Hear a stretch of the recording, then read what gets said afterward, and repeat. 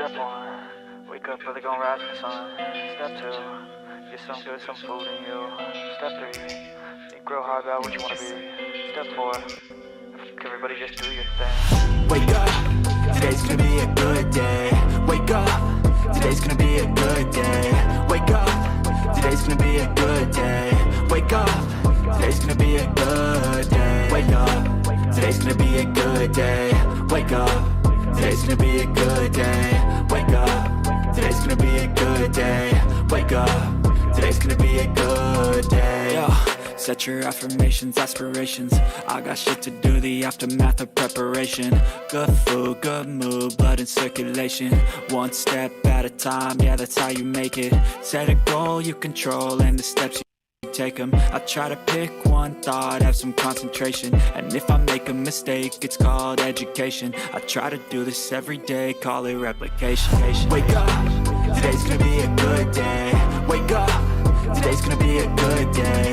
Wake up, today's gonna be a good day. Wake up, today's gonna be a good day. Wake up, today's gonna be a good day. Wake up, today's gonna be a good day. Wake up, today's gonna be a good day. Wake up, today's gonna be a good day. So life ain't easy, yo, I think there's a reason though. Ups and downs, just like every different season, yo. Sometimes I'm high, other times I'm barely breathing, though. I always gotta fight and hide from the demons, yo. Negative thoughts are poison, they rot. Head full of flies, so here come the clouds. They'll never stop unless I can swap all the bad for the good in my head when I'm lost. Yeah, so I'ma fake it till I make it. Positive thoughts are overtaken, I got patience. One day at a time is how you operate a cadence. A flow, you grow, you show yourself a foundation. Stay away from all the shit that causes temptation. I know that I like to do it cause it's sensation. I live my life in my head like a narration. Don't expect greatness, do my best, man, I'll take it. Wake up, today's gonna be a good day. Thank you, Melanie. Wake up, today's gonna be a good day. Wake up, today's gonna be a good day. Wake up, today's gonna be a good day. Wake up, today's gonna be a good day. Wake up, today's gonna be a good day. Wake up, today's gonna be a good day. Wake up, today's gonna be a good day. Wake up early, gon' rise in the sun. Step two, get some good, some food in you. Step three, think real hard about what you wanna be. Step four, everybody just do your thing.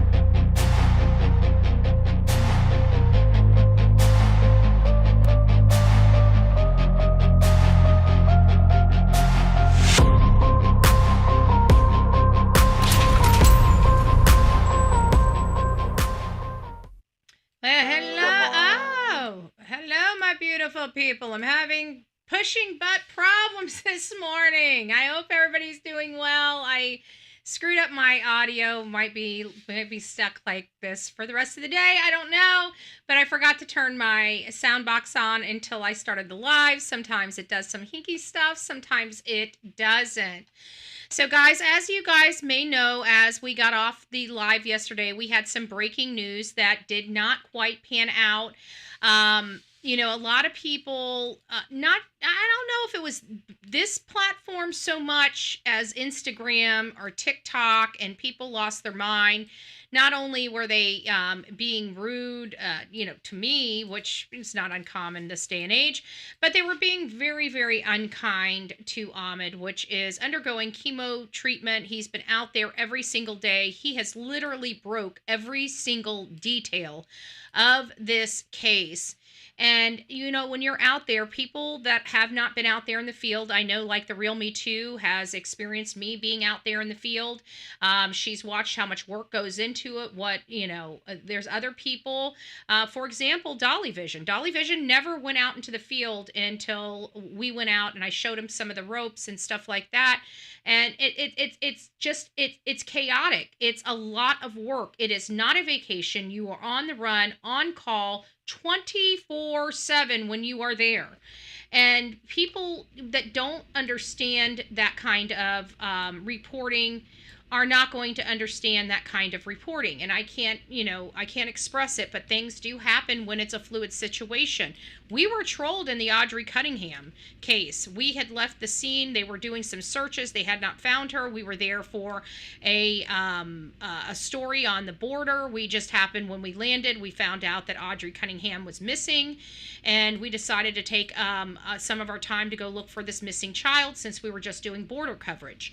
And when we left the scene and went out there to cover the border, some people started blowing up. They knew we left the scene because we were live. We're like, we're going to head to the border.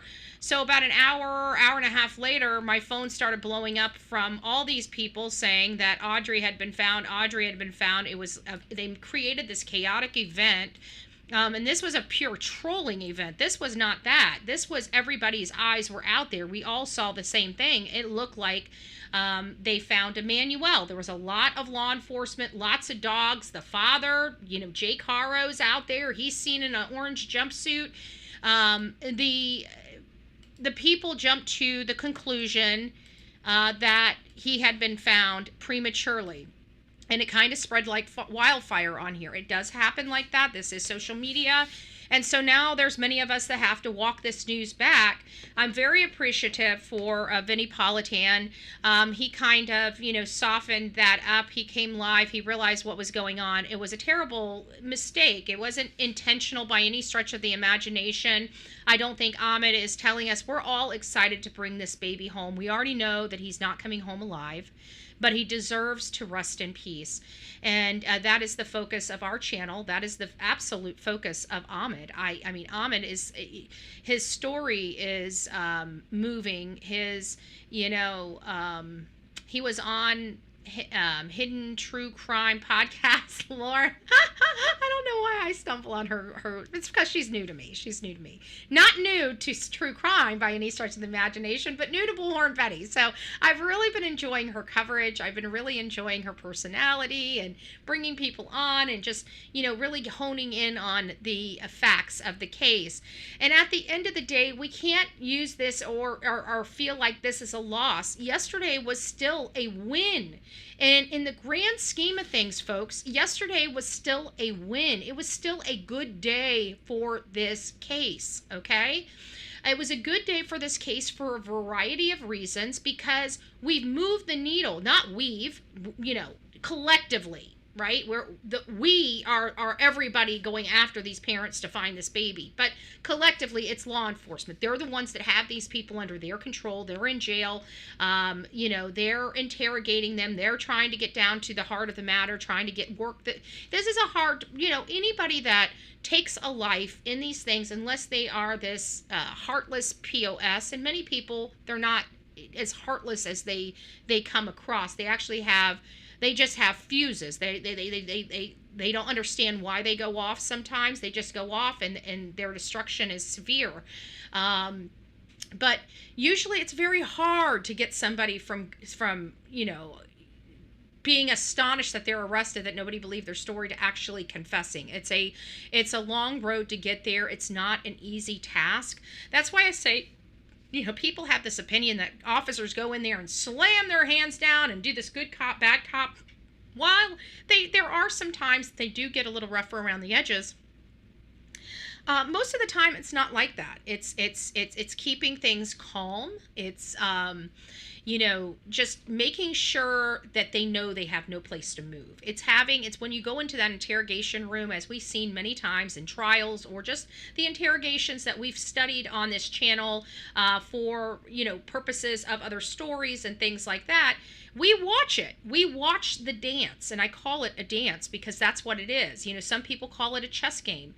But for me, it's not a chess game. It's more of a dance, And you're dancing around and you're trying to find, something that's going to keep you, footed in at the first. It's like you guys are both dancing in out of sync. And at some point during the interrogations, depending on how effective the detective is, how willingly, how much grief the person has, because it really does come down to what is that person weighing on the shoulders, what can this person say to them to elicit that response. When you start seeing them cry, you start seeing them break down, you're kind of you're working them, you're getting there, you're dancing.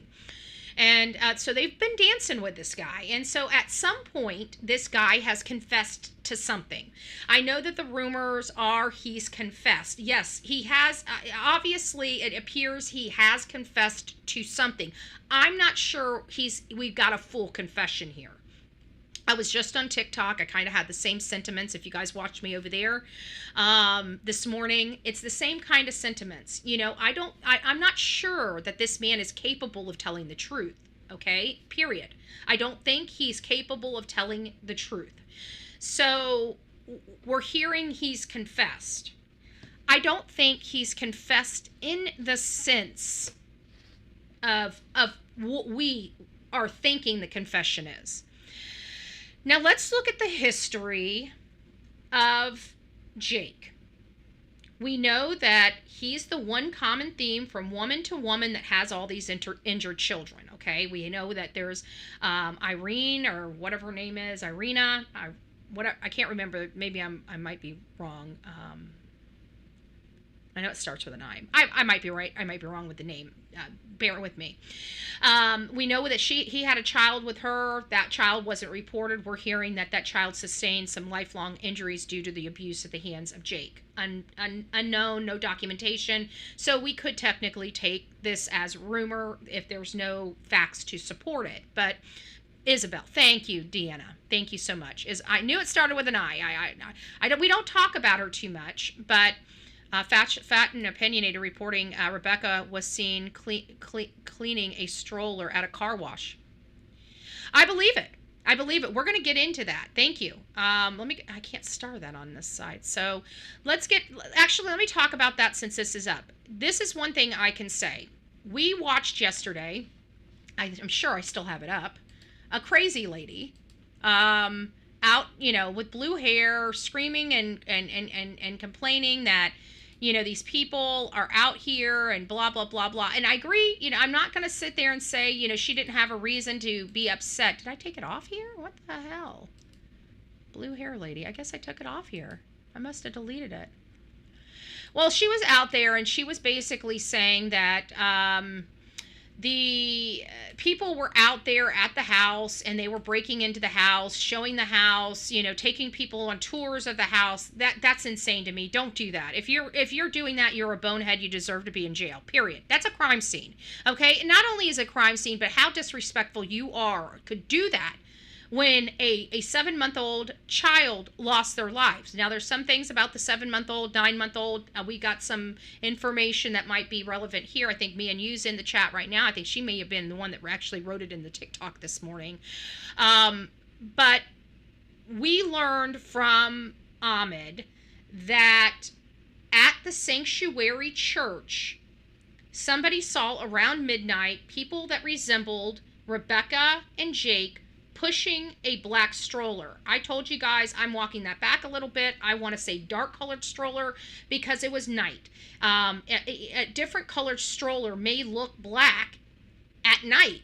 So I walked that back yesterday and said we're gonna say it's a dark colored stroller. And lo and behold, this morning, some of the videos coming up from some of those tourers, again, don't do that. Okay, that would piss me off. Like, you don't do that.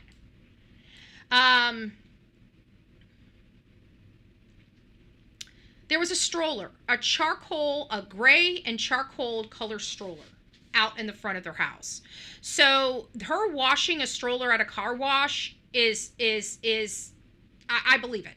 I believe it because I saw a stroller that resembled the stroller that they were talking about out at their house when those people went on their property. So even that, we'll take the silver lining of that too, of being able to help put some pieces together. Again, if you are out in the area, if you don't want people on your property, don't go on other people's property. I don't care if they're the stars of the most horrid reality show in the world. You have no right to be there. Don't be encroaching on that property. This is still a crime scene. This is still a fresh crime scene. We know for a fact that in the Idaho 4, law enforcement had to go back to 1122 King Road multiple times. Don't be contaminating a crime scene for clicks and views on the back of a 7, possibly 9-month-old child. That is enough to make anybody livid. We don't care about your clicks and views. We don't care about that type of information. When it comes down to life or death of a child and the prosecution of the people that did that to a child, that takes precedent over anything. Never mind the fact that, who the hell do you think you are? But I'm still not going to be a crazy lunatic like the blue-haired lady and acting a fool. Okay? That woman looks like she's got some mental issues. But the people also doing this appear to have some mental issues as well. So I'm equal opportunity, equal deliverer of mental illness, designation, just to let you know.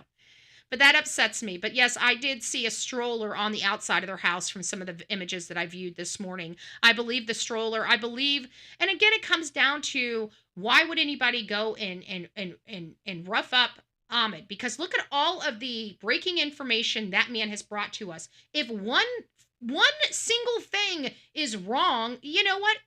It's a human nature. I'm not going to preach to you guys because it didn't seem like you guys were engaging in it, but it really, really, it pissed me off yesterday. I finally went out with my show after we finally did find out that he wasn't found.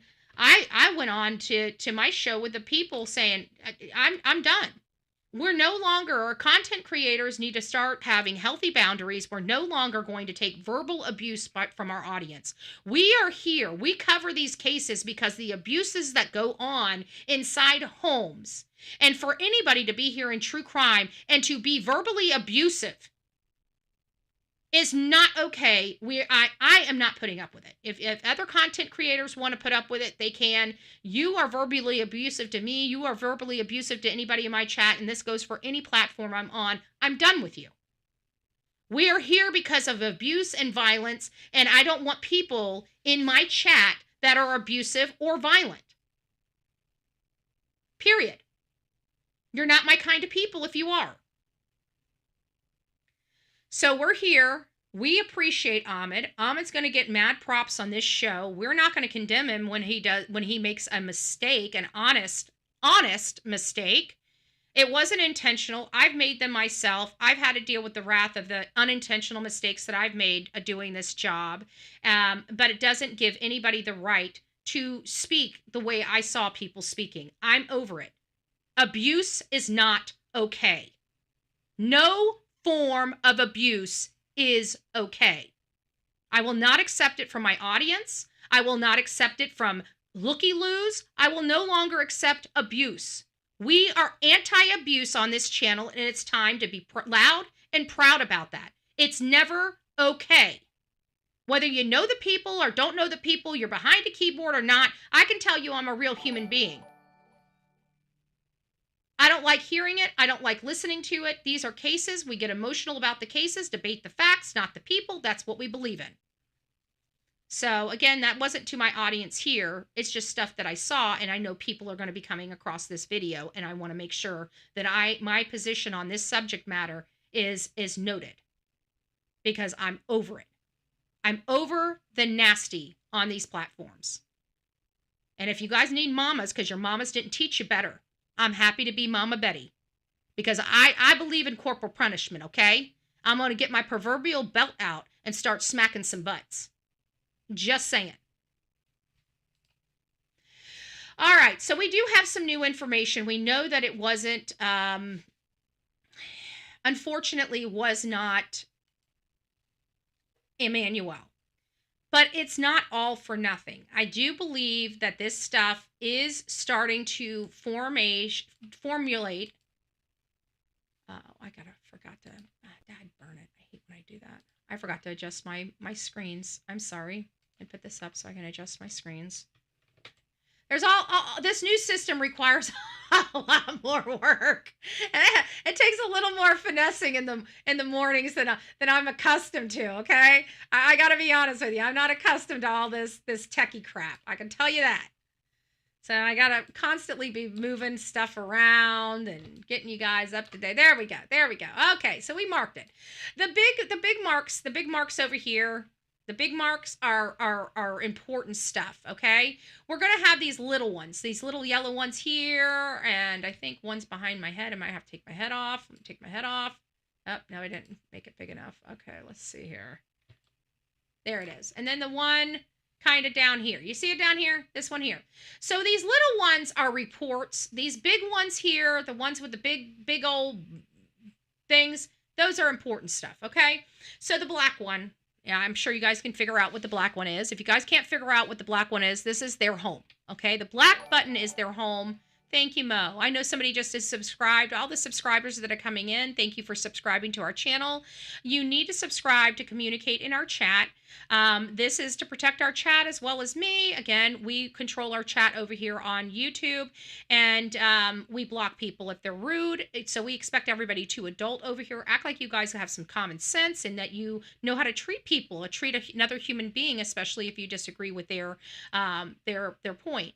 But long story short, we're just here trying to make heads or tails of what happened. We're taking a lot of the stuff that Ahmed has provided to us, and we are looking at it. We're looking at the whole thing.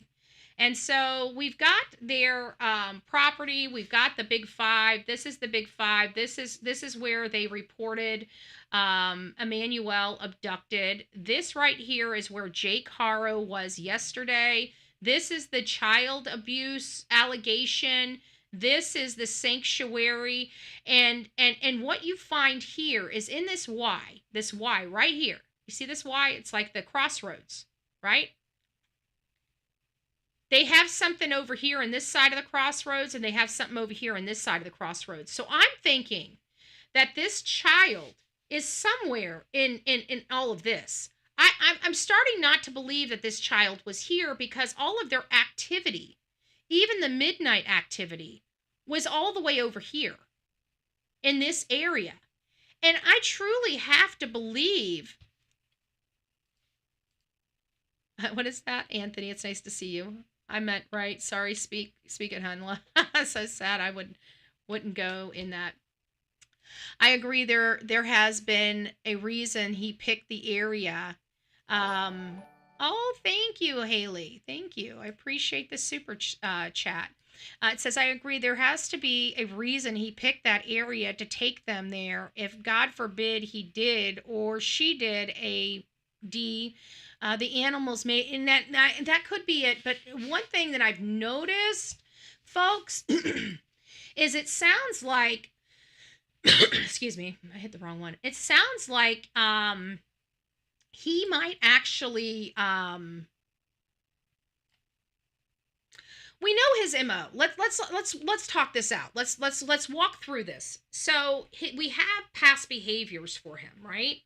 And those past behaviors is he hurts young children and he basically blames the other person for it. So we know he did that for Vanessa. We don't know what he did to Isabel. Okay, we don't know. We have to assume that whatever happened, he talked her into not reporting it. It sounds like he tried to talk Vanessa into not reporting it. If she did not report Precious Faith, Promise Faith. I don't know why I call her Precious. Promise Faith. Promise Faith would not be here. She would have also lost her life to abuse at the hands of Jake. I think Jake's the common theme in all these relationships with all these abused kids. It's, they're different women, but the one thing that's the same is Jake. So I believe Jake is the instigator, and he blames the other person, and he always likes to cooperate to show that he is cooperating with law enforcement. He likes to blame the other person because he does no wrong. He would never injure this person or injure that person, or whatever the case may be. And I saw a photo of him. I don't have it. I need to clip it because it was a very important photo. And he's holding the baby, and the look on this man's face was complete disgust for his son. And I don't know why they're passing that around to show that he's a good father, because the look on his face, in my opinion, he was looking like he doesn't want this child. Like, you could just see it on his face, in my opinion. And I'll have to find it again. Thank you, Haley. I'll have to find that and get that put up here. But that is just my opinion of this situation. But we are seeing a picture painted, and I'm starting to think that this child is more in this area than this area over here where their home is. Just my opinion. Just my opinion. And then we've got, we'll get this updated. This is where the abuse to because I kept saying Moreno Valley. Moreno Valley. How did I hear Moreno Valley? And then I remember just the day before he shows up in that area, there was another report of for a child abuse report from Moreno Valley. How ironic is it that we have this child abuse charge from Moreno Valley, and he happens to be in Moreno Valley with law enforcement? But could that be because I was watching Ahmed on Hidden True Crime Podcast, and he was saying something like the stuff she was saying, like the Ola and then hitting, apparently that was actually in a movie or a TV series or something like that. And I'm like, what? And that's what Ahmed is saying. And then there was another statement that she said that they can attribute to almost, oh, thank you, about B. Betty becoming a member. You've been a member forever. You've been a member forever. She's been one of the first, I think she was one of the first super chats or some members I ever had. B. Betty fan. It's been a ride. It's been a blessing. Been a ride and been a blessing.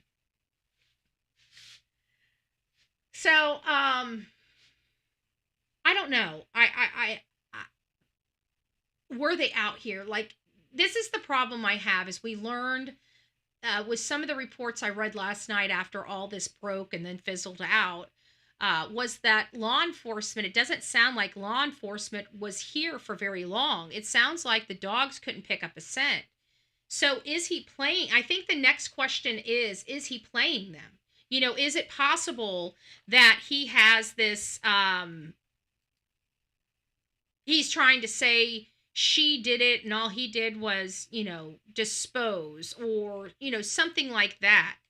If the parents threw him in those mountains with all the wild animals, especially since we heard about power equipment and stuff like that, and he's just a tiny little thing anyways, you know, and I can't imagine if power equipments were used that they're, you know, I just don't understand how parents could do that. I'm like, it's making me nauseous. Just, it's hard not to envision when you're talking about something, and it's sickening me. It's sickening me. Good gracious. It's just, this is a tough case. I don't know what else to say. But we're getting back to the whole, you know, child abuse report out of the same area, which it just seems odd. It just seems odd.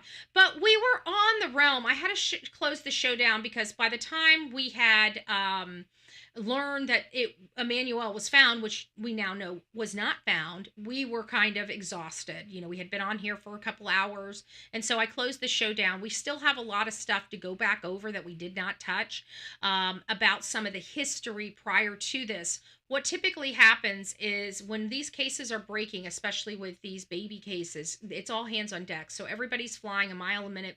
Information is moving, you know, like the Grand Rapids, you know what I'm saying? And so it's a very fluid situation. And at some point when they start making arrests, the case starts slowing down, and we have an opportunity to go back and look at all the stuff we didn't get to see during this. We knew that the parents, there was something off about the parents, and we trusted trusted our instincts with that, and we kept pushing. We found that our feelings are validated, that there is some truth behind it, which many of us knew. And so now it's just really trying to hone in on how we got here, what happened in those first few days. We actually went back to a content creator that was there before even the yellow tape was put up, and we got to see the lay of the land, as it would have been seen before the cavalry came in, media as well as law enforcement. And it's just very, very interesting stuff, background information that we have.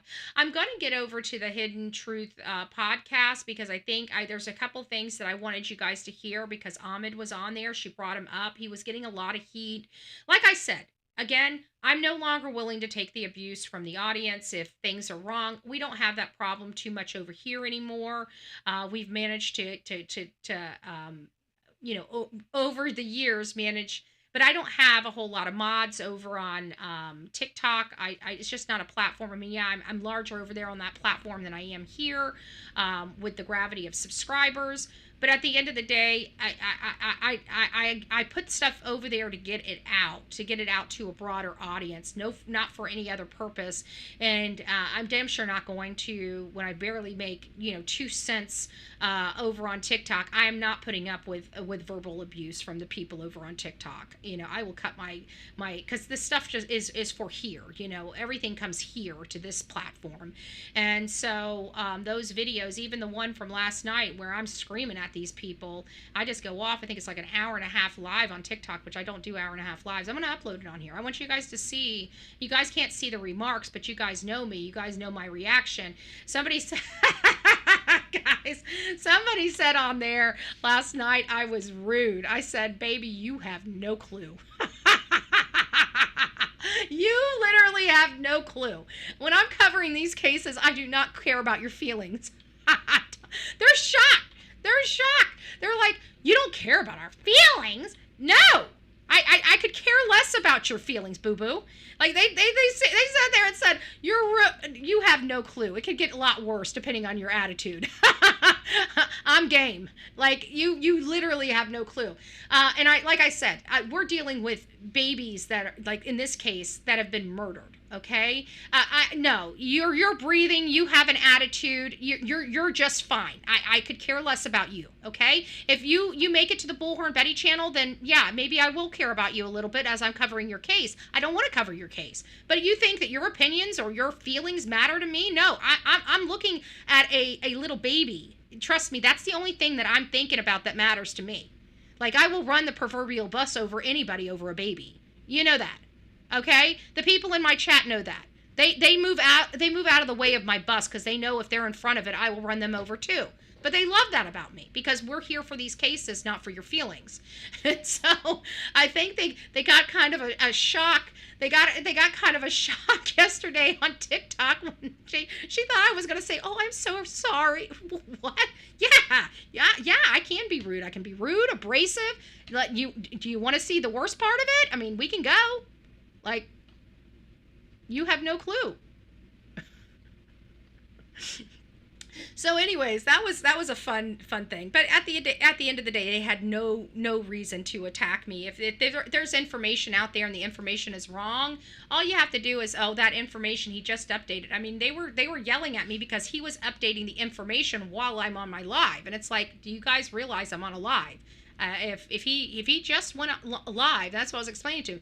So you're saying that that he said that they found him, but he just went live and retracted that statement while I'm live.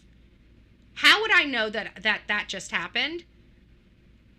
And so you got to kind of school them. It's like, how normal adult people handle this. What they do is say, "Hey, Betty, the information has been updated. I just sent you the receipts to your email. Check it out." Much nicer, right? Much nicer. Say if as effective as any other method, but much nicer. And you know what? I bet you they wouldn't have thought I was rude. Had they actually, but I treat people how they treat me. You come here rude to me, I'm gonna be rude right back. And if you say you're rude, yeah, duh. What do you think I'm going to do? Just sit here and let you be rude to me? Honey, I'm gonna give you exactly what you give me right back. So that I'm an equal opportunity piss offer. So you piss me off, I piss you off. I'm good with that. I'm good with that. But at the end of the day, it didn't need to come to that. This was a child. They thought he was found. It was an honest mistake. It was corrected immediately, and people still were going off on Ahmed. When I went over to his channel and heard him, just basically, sorry guys, I got it wrong, and people just still pelting him. It's like, I wish I could be that person in his chat that's so perfect. I'd love nothing more than to be a perfect person. I don't like to have, flaws. I hate flaws. I'd love to be perfect, right? I'd love everything that I touch to turn to gold. Nothing I do is wrong. But that's not the society we're living in, and I'm a human being. So by nature, I'm going to make mistakes. Everybody does. But it seems like everybody forgets their flaws when they want to expose somebody else's. It was unintentional. I can understand if he was lying to people, intentionally trying to sway the public. I can understand that.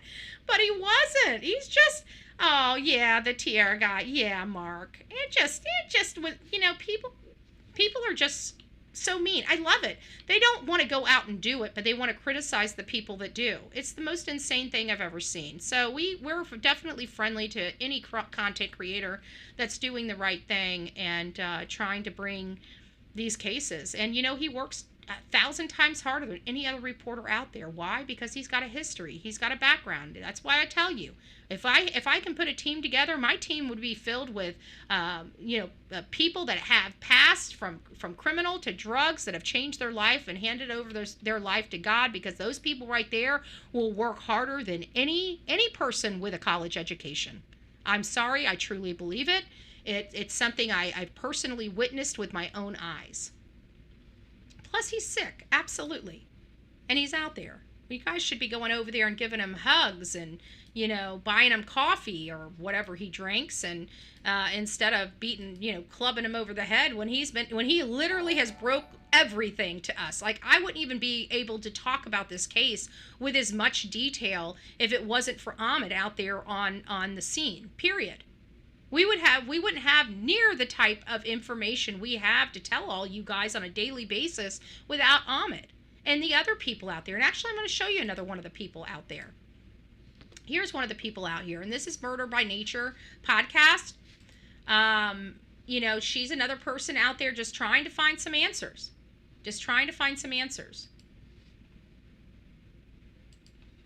Information that I got from Rebecca's family.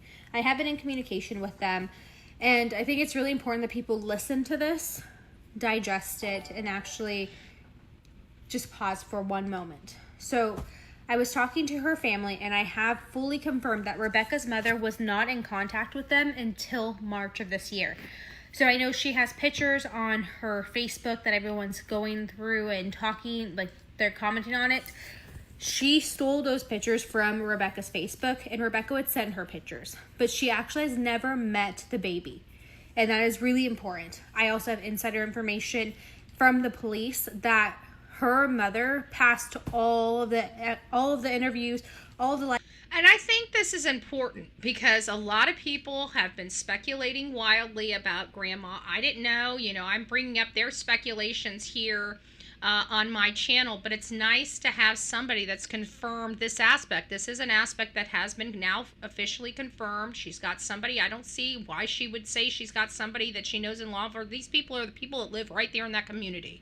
It's a small community. Everybody knows everybody. The people that would be able to get this information are people like her, okay? And so she's saying she's spoken to the mother, the grandmother. The grandmother that we are all seeing, that everybody is so sus over, never even saw this baby. That in and of itself is just weird, okay? It's just weird. It shows you how isolated, how truly isolated this woman was, because this is a classic DV household. Isolation, isolation, isolation is the key ingredient to this type of household. And it sounds like they exhibit the DV household very, very well. the lie detectors, everything. I'm sure Found she does. 0 red flags with her, and sure she she was does. fully cleared from police. So I think that's I'm sure she has her own history. Most of these, let's be honest, most of these families don't come from stellar homes. Okay, they've had problems their entire life. They've had familial problems, because that's typically why we're here, is because nobody knows how to act like an adult, because their examples were very poor for themselves. So I do believe, but we're not here for bad grandmas, bad grandpas, bad parents. That's not what this show is about.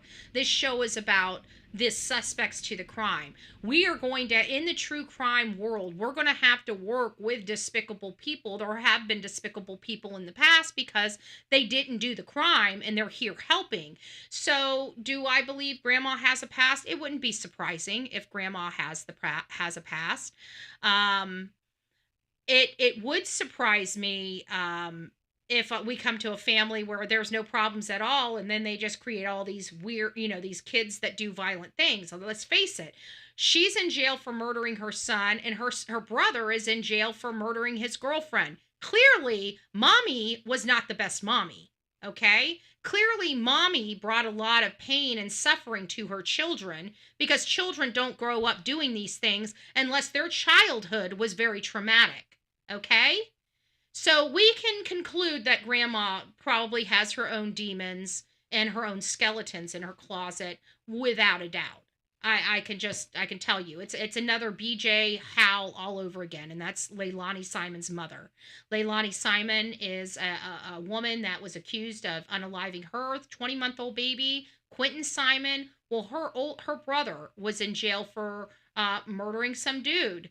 A couple years previously, before she ended up unaliving her kids. So those types of details are almost identical from the Quentin Simon case to this case, with relation to the parents, and the like Rebecca and her brother. I mean, it's almost a few minor details. One's a girlfriend versus her brother killed a dude, I'm pretty sure. So it's a little different, but it's still the same in part, because we're dealing with two siblings doing these type of things.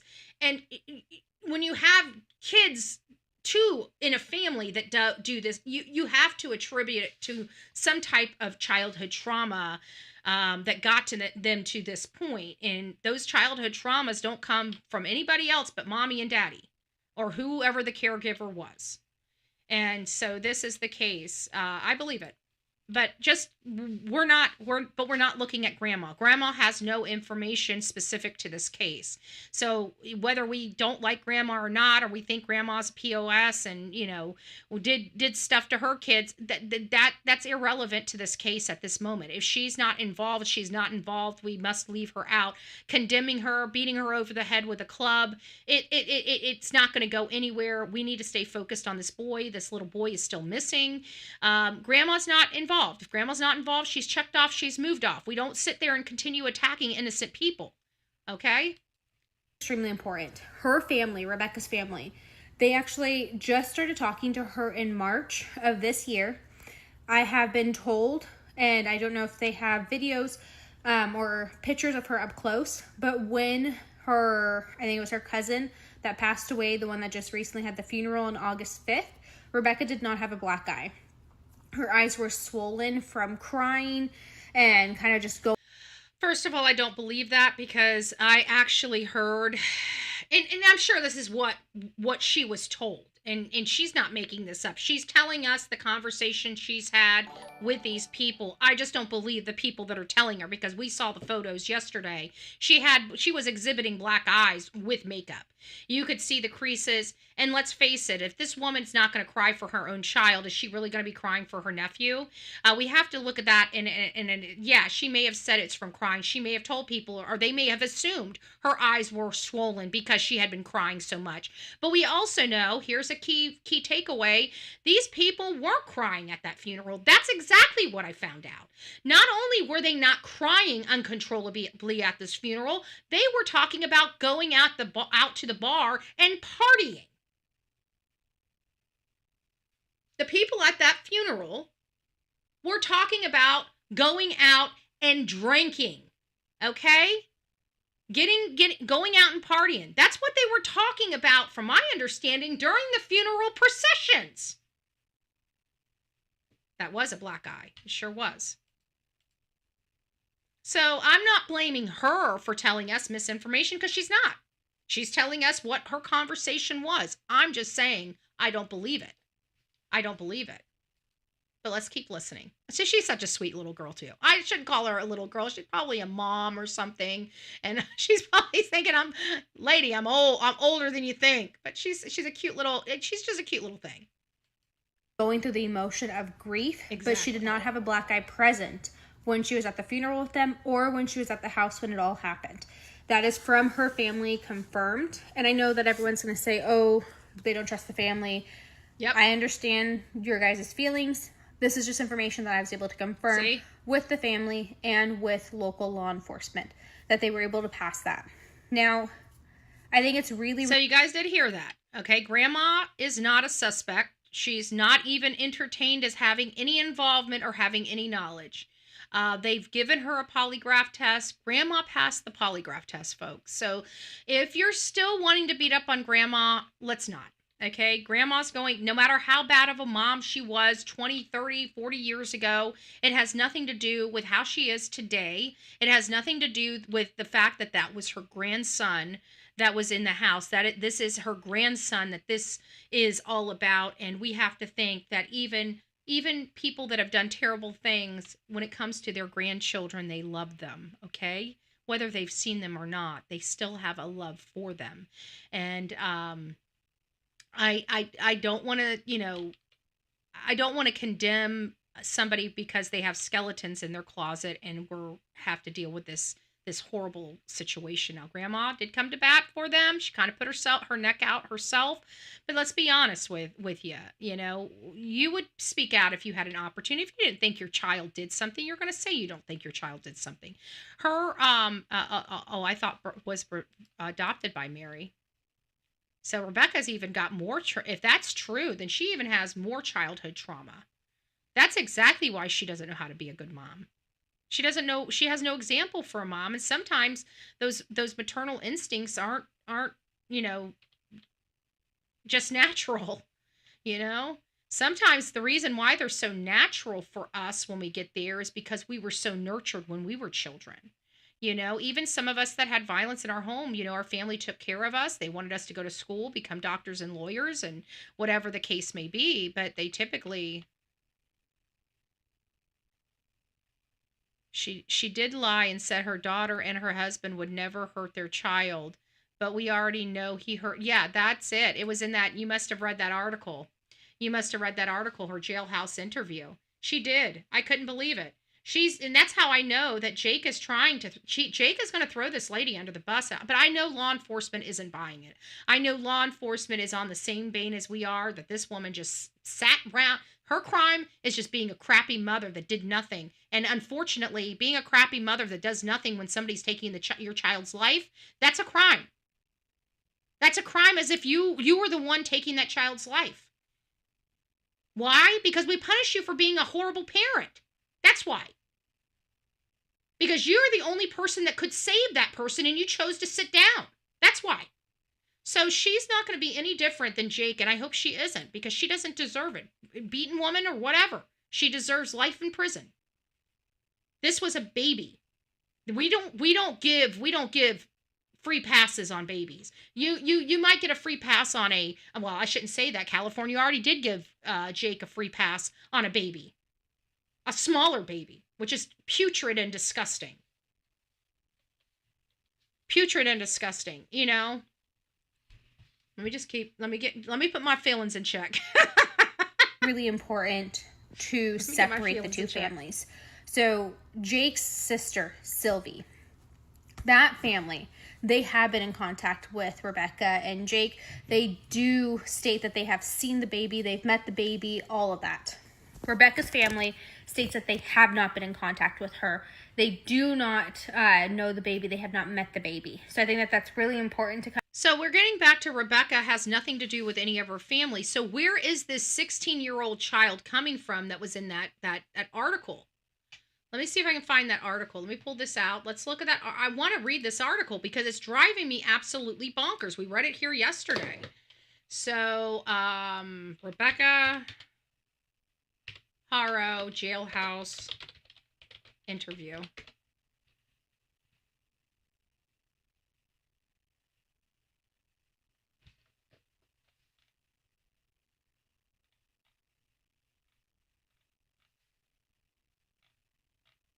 I know we have it somewhere. I read it yesterday. It was in an article format. Let me go over to news.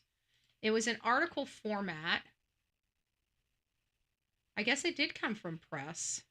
It's not showing that I read that article yesterday. It's an article I read. I read it with my own eyes, and I read it live here. Okay, well, we'll try Press Enterprise. I've never heard of this before. Let's see if it'll let me read the article. Okay. Yeah, this does look like it starts out the exact same way as the other one. So let me go ahead and put this back up. I want you guys to read this. Let me find the area that bothers me the most.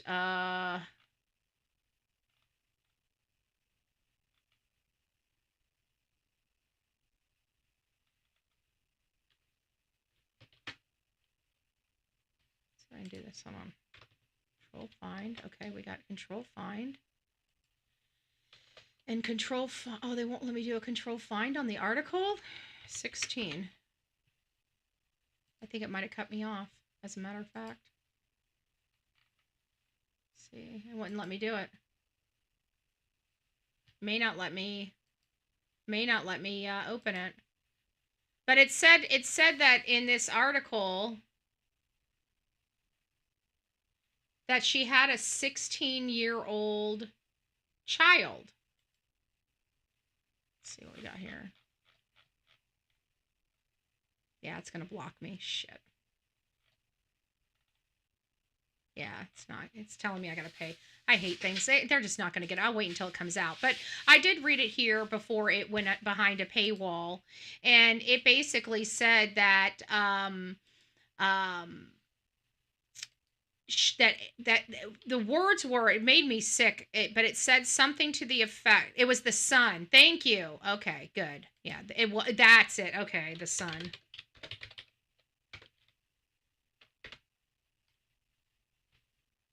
Okay.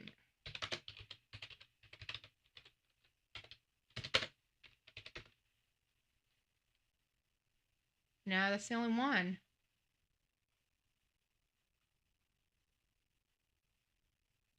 The only one that's here is from, if somebody can send it to me, that's the sun, from the sun, send it to my Gmail and let me know.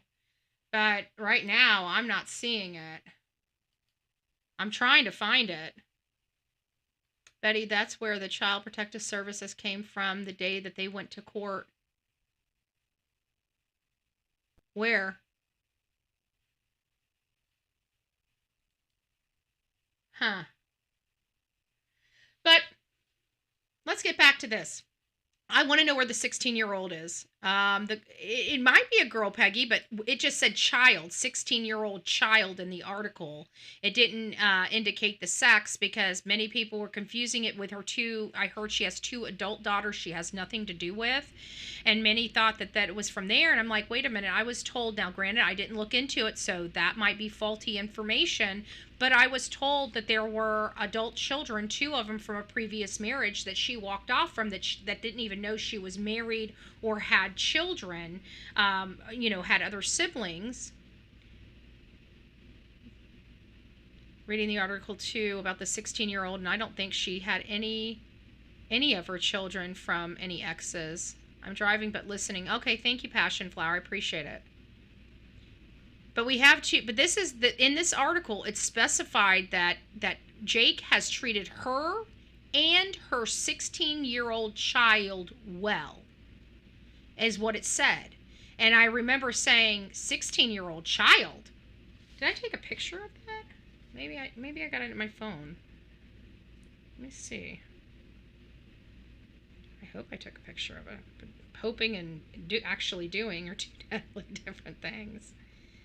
I did not. It would have been right here. I did not. We'll get the article. It'll be out on YouTube or MS or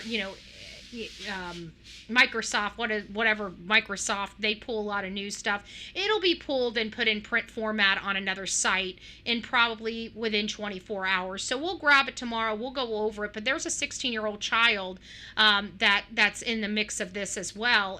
And we can't say it's the estranged children from the other relationship, because she indicates that he was good to her 16-year-old child. So that means her 16-year-old child would have had to have met him and would have had known that she had remarried or had other children. I would presume. Thank you, B. Betty. We also have Sonia. She has these shirts, the Team Foul Play shirts. If you guys would like your Team Foul Play shirts, because we're saying this is Team Foul Play. We knew that this was Team Foul Play from the very, very, very beginning. And it's definitely a shirt we all need to have, because we wear it often on this channel. Hey Betty, didn't you step on Jake the Snake while you were on a search? Yes. No, actually that was when I was live streaming from North Carolina, and I was out there with a group of people for something totally different than true crime. And yes, I was live streaming and stepped right on a snake. And I thought the snake was a copperhead. I didn't know if it had struck me. I've never been bitten by a snake before. I was just jumping up and down as quickly as I could to make sure if he did strike, he'd miss my legs. I was screaming. I almost peed my pants. I fell backwards. I was scared. I if I could have stripped down butt naked to check it to see if I had no, fang marks in me, I would have. That's how terrified I was. And come to find out, it was just a water snake, a North Carolina, some type of, creek snake, water snake, something like that. The MFer looked like a freaking cottonmouth, okay? That's all I gotta say. It scared the crap out of me. I am not a snake person. I can handle ball pythons, those ball python thingies and the other, docile type of snakes, but I don't want to be stepping on them. I want to hold them, and I want somebody to hand them to me. I don't go out chasing snakes, okay? Now, based on my dating history, the snakes find me. I get that, but this one I found. I didn't like it.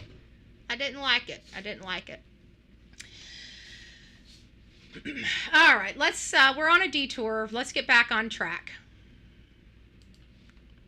So Grandma's out. She's not in the mix. Grandma's not in the mix. So let's remove her. Kind of go through this as we continue to gather more information, as trial starts to ramp up. I think that that's very important to kind of look at the facts. Rebecca's family is going to go on statement. They said that they'll let me know when. And what is statement? Is that a news organization out there? What is statement? Is statement some type of... If the family's going to go on statement, I'm assuming that they're probably going to be going and making a family statement on behalf of their grandson or obviously all of them. Yeah, the crazy thing is, the snake thing happened live, okay? It happened live while I was streaming live. So it was the craziest live. I mean, I was literally screaming. I don't think I dropped the phone.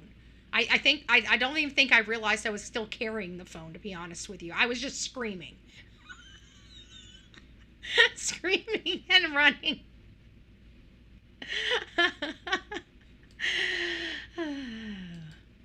Publicly state that they are not in contact with Rebecca or Jake. They are not supporting them. They want nothing to do with them. From what they have told me, they hope that they rot in jail and they get what they deserve. Right now, their only worry that they have is for baby. So that's all that they care about. They want to find him. They want to put him to rest properly. They are completely and fully disengaged from Jake and Rebecca.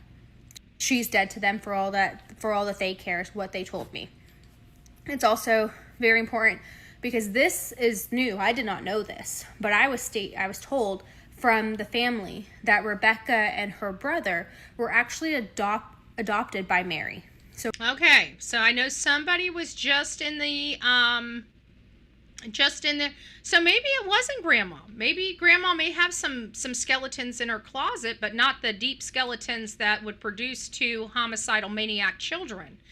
It sounds like their life was really bad as to why Mary's even involved in their life to begin with. And now she's got the two children she adopted to give them a new life. So this wasn't their history. Ended up this being their history. I'd like to know who the parents of these two people are.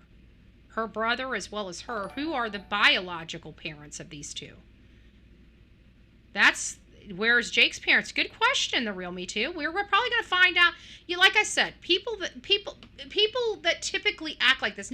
I'm not saying that every good family doesn't produce a bad person here and there, but typically you don't see these types of behaviors coming out of good homes, okay? I'm not saying it could never happen. I'm just saying typically, when we start seeing these cases, we know the suspects, have had their own fair share of life as well, because that's what brought them to being a terrible POS, is them not being able to handle their own history and baggage. So now, for those that wanted to know, it sounds like the family is saying that both of the kids are adopted, the brother as well as Rebecca. So Mary's not their biological mother. She is adopted. And this woman has gone through her son in jail for something very similar to now her daughter in jail for this. So I think we need to take a moment to pause. Like I said, we need to show everyone kindness, empathy, and I know that there's a lot of speculation on this grandmother. Jake's mother, she was at Big Five that same day. She is the one that's on video. She comes out and she's talking to people about the flyer and all of that. Now Okay, so we got two grandmas here. We now know that Rebecca is basically disenfranchised from her whole entire family. I'm still curious about the 16-year-old and what contact that 16-year-old had in this house and with Rebecca and or Jake over the years. We found out that Rebecca is adopted. This is coming directly from Rebecca's family. And now we're moving our sights onto the other grandma. Could it be the other grandma, Jake's mother, that should be focused on? Let's see what her opinion is. I haven't gotten this far in hers. I may have watched this. I know I watched this yesterday or the day before in its entirety. But to be honest with you, with the last 24 hours, my brain is mush, as many of your brains are mush, so I can't recall what comes next. I know that, again, she had no emotion. She had nothing when it came to this. Jake's family and Rebecca's family are not in contact or in communication. Rebecca's family thinks that Jake's family knew what was going on and they have more information that they're releasing, which is where Sylvie comes into play. Sylvie is his sister. Okay, so now we're starting to get into why potentially they decided to execute the search warrant on the sister, Sylvia. Grandma on Jake's side doesn't seem to be overly emotional or really care about this child either. So maybe there still is a grandma that's up for, assessment. But it's not Rebecca's mom, not the one that the blonde lady that we're seeing in the red SUV. That sounds like that's Rebecca's mom. Or unless I got them too, because I'm thinking that that's Mary. She was standing next to Rebecca yesterday when they were looking at those flyers or memorial or whatever was in the box. And, it seems like her father or an older man, he was at the funeral. Maybe it's the guy in the pickup truck that owns the house. I don't know. This older man that was seen hugging Rebecca was also seen at Rebecca's nephew's funeral. So it's got to be some type of family member, I would assume. So That's information that I had. I did ask for a family tree because I got very confused and had to get pictures of like, wait, which one's which? So I do have picture confirmation of who Rebecca's mom is and then who Jake's mom is. I was able to get that.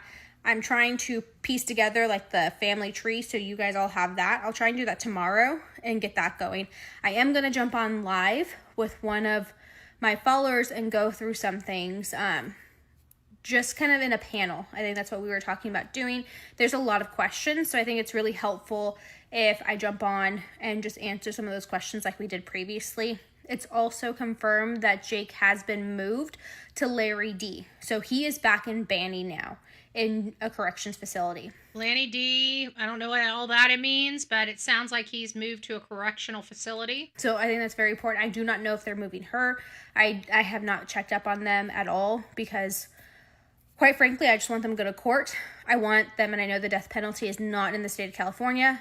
That's incorrect. I learned that from Vinnie Politan on one of his shows that they do still have the death penalty as a sentencing. It's just that the governor is standing down from executing any of those death sentences. That's the only difference. So once the governor's out, anybody with DP sentences, they could start doing that again. It just depends on what governor, but they've never had it removed from their books.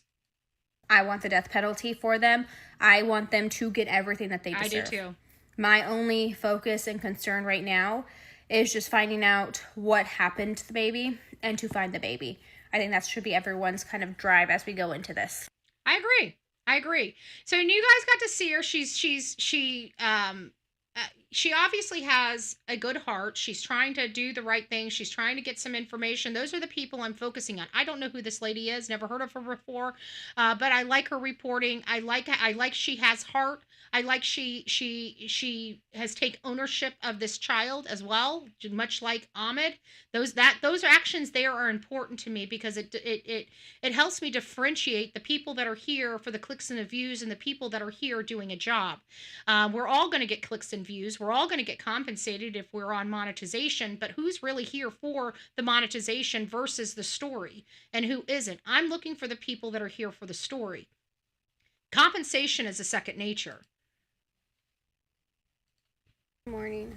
So I took last night after coming back home to just kind of decompress, rest. My body kind of gave out on me. And today it is now raining here in Yucaipa. There's thunderstorms, all that, but it is supposed to clear up later. And when it does clear up, I'm going to walk around to look at just our ditches, anything.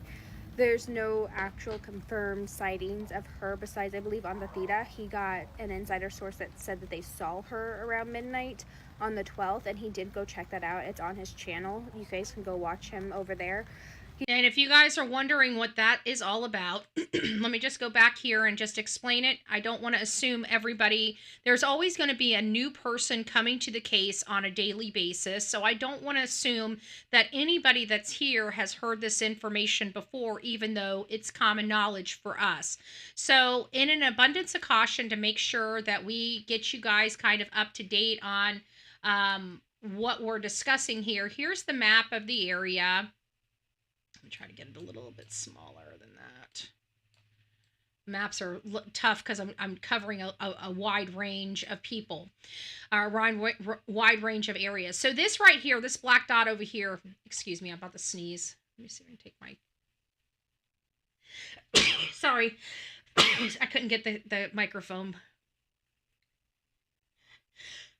Sorry. I tried to get the microphone, but this new system, I don't know where it used to be just one little spot, and I can't find it when I'm trying to. Sorry about that. So this black dot over here is the home. This is where we believe baby Emmanuel was murdered at. This right here, the big red dot up here, is where baby Emmanuel was reported abducted. This little yellow pin drop down here, I think I'm going to make that orange. I think it would stand out a little better if it was orange or some other color than yellow. But for this purposes, we're yellow. This is where Ahmed saw or had the witness that saw what appeared to be Jake and Rebecca in a stroller out in the sanctuary church in Yucaipa. This over here is after they got arrested. There was a report out about a child abuse report. And the child abuse report, we don't know what type of child abuse report, but law enforcement came out and was public and said it was directly related to Rebecca and Jake Haro. So we don't know. We have no information about this other than there's a child abuse report and it's directly related to Rebecca and Jake. This dot here is where Jake was observed yesterday with law enforcement, where the everybody kind of excuse me, jumped the gun a little bit, thought Emmanuel was recovered because Jake was out there. Large police presence. That's a good indicator that they were looking at something. So many people assumed that they found baby Emmanuel. We learned after we closed out our show last night that no, baby Emmanuel still has not been found. And there could be a variety of reasons why baby Emmanuel has not been found. It could be because they were there at night. They were there at night and just don't remember where they put him. You know, it looks a lot different than it once did.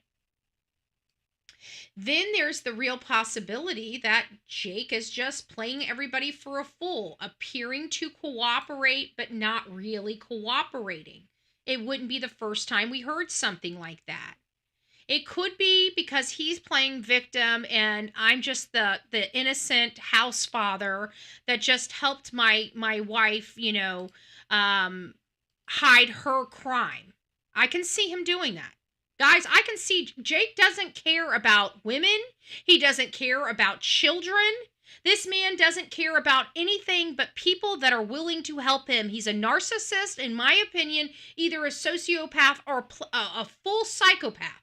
I think this man truly is a psychopathy type of person because I truly don't believe he has any feeling whatsoever of another human being. Any man that can take a baby, a 10-week-old baby, hurt that baby, lie about that baby, and then do it again several years later is a monster. He has no feeling. He already knew what the ending result would be and still chose to do it. Folks, he still chose to do it. Maybe because he can't control himself. I don't know. Maybe he can't. Maybe he truly just can't control himself. Maybe it's an obsession. Maybe it's a compulsion. Maybe she truly is a serial child abuser. Maybe he can't help it, which should be even more of a calling to action of why we need tougher penalties when we have these sickos hurting our children. This is just as devastating as SA of a child. This is as if not more, because at least children of SA crimes can go on and live somewhat of a normal life. They may be, but these kids are literally left in wheelchairs and brains not functioning. It's worse. He did say that he sent it over to local law enforcement, and I believe that they're going to go start little looking orange there man. from what he was saying. There was a ton of people on live yesterday searching, walking around in the town. It looks like they kind of went home around like 10, 11, but more people are going to be coming out today to continue the search. Now, I've seen a ton of comments and people asking, are they going to charge the grandmother? Are they going to charge the aunt? From the statement released from police yesterday, they are saying that there are no additional suspects in this case. So they are not looking at the aunt. They're not looking at the grandma. They said that. So, reading between the lines, I have to think that we have to assume that Jake is a con man.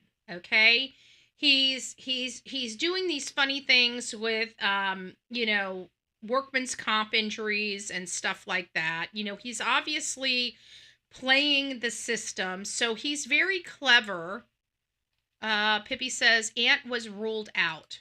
Aunt was ruled out. So, we have to apply some of that. It's so easy to blame people and say they should have known, right? With our pitchforks and our lack of understanding the situation, they should have known, right? Well, the reality of it is a lot of these people are able to do what they are doing because they're so conniving and cunning. They make you believe that they're good people. They go out of their way to set up this facade so they can always keep doing what they're doing. Look at these serial killers. For example, a prime example, which we actually believe Andrew James McGann, which is the Devil Den State Park killer of those two parents, we believe he might have the tendencies of being a serial killer. Truly. And law enforcement is actually all over this country right now looking at trail stabbings to see if it's possible that McGann may be responsible for those. That's insane to me. But how are they able to do this? They're able to do this by living double lives. That means the person that you think you know is not the person you know. It's just a facade, and they are so ingrained in that facade and their second lifestyle that they can maintain these lifestyles for years with nobody. That's why do serial killers go under the radar for so many years? Because nobody knows that the family man with the wife and 2 kids is the one dumping these bodies out in the field. They're clever, they're cunning, they're conniving, and I have to think Jake is much like that, especially seeing his history with workman's comp. It takes a lot to be able to con, scam, and connive workman's comp that many times. Sorry, not sorry. He's clever. We should not underestimate Jake Haro. He is a clever man. He may not be book smart, but he's street smart, okay? He knows how to work a system. And to think that this man could have probably been a #1 sales guy for insurance or other stuff where he was making buku bucks and living a good lifestyle. His skills could have actually been used lawfully and made him probably a wonderful man with a wonderful life if he just used his skills for good instead of evil. Just saying. And just saying for all you people out there, everybody thinks you need a college or a PhD degree to have a life. You don't. Do you have the gift of gab? Learn sales. Learn sales. Sales are your limit. In sales, you get out what you put in sales. You don't have to be college educated if you got a gift of gab and willing to learn and know how to talk to people. Sales is your best friend. Sales is it's a scary job because you're 1099. You got to take care of yourself. I'd give yourself a little nest egg, but I started with $0. I had to climb, claw, scratch. Sales is the way to go if you're uneducated but have a passion and work your butt off. Learn how to talk to people. Learn how to present yourself to people. You could make hundreds of thousands of dollars a year in sales, medical sales, insurance sales. Once you break into the business, you got to work your ass off to break into it. But once you break into it and you're there, don't ever sell yourself short, folks. You guys got something to offer somebody. You just need to find a clever way to present yourself and go out and make your dreams come true, baby. That they have all their suspects. They think that this was the parents and the parents alone. I do not know what evidence, what information, what they have that is bringing them to this conclusion. I don't know what, they haven't released it. All that was really shared with us is that they were able to recover the digital evidence and conduct very intense interviews. And with that, they were able to make the arrest. I will also say that I'd have to think that they also had, conversations back and forth. They can see that maybe somebody's asking, hey, where's Emmanuel? Oh, he's sick in bed.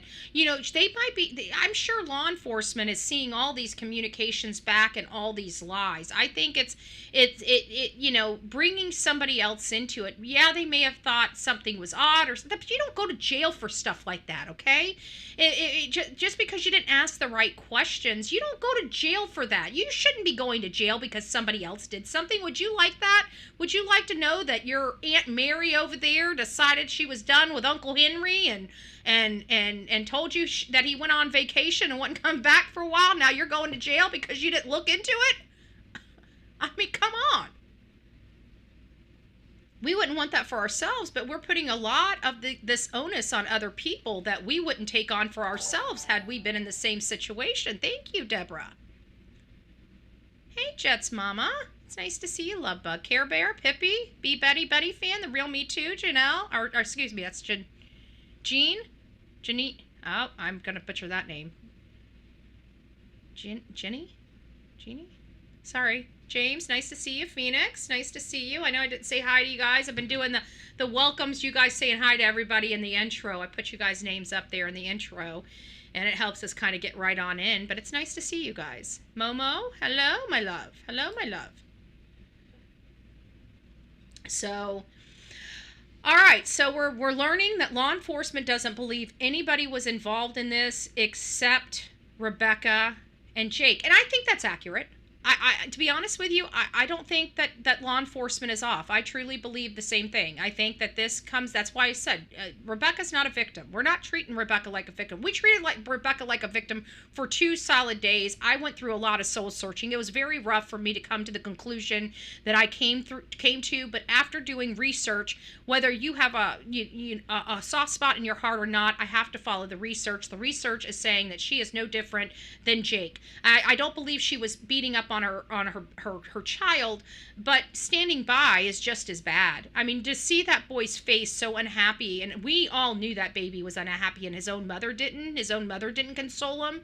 Like, she didn't put herself in front of that abusive man to save her son.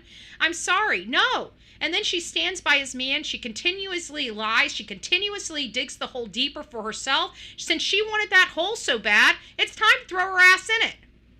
All right? We're not friendly with Rebecca. We're not going to be friendly with Rebecca. She's done too much damage, okay? She had every opportunity to get herself out of this, and she chose not to. There's nothing we can do for her now. Now she's got to walk this walk. While we're sitting here watching Jake throwing her under the bus. But you know what? She signed up for it. She could have opened her mouth. She could have brought her son home and just been human. Not even a mother. Just blessed human. She gets no pity from the Bullhorn Betty channel. They said that there was a substantial amount of blood in the home that they were able to get from the carpet. That is what was released. And that just, I'm trying to keep it together here. It's hard for all of us. With that's why they were able to make their arrest on. And I want you guys to know that. And I think that's why I'm bringing some more personal stuff in here. Because after the display I saw yesterday of Ahmed's reporting and the lack of grace being shown by a lot of stuff, I want you guys to meet the people out there that are feeding the information to the people like me in Florida that is explaining this case. This is bothering the people that are running these cases. It's killing them inside. This is a baby. I want to make sure that resonates with some of your craniums, that not my audience, my normal audience that comes here every day and supports these cases are beautiful people. They are beautiful people. But I know people watch this show that aren't subscribers here that engage in this type of behavior, and I'm speaking to you.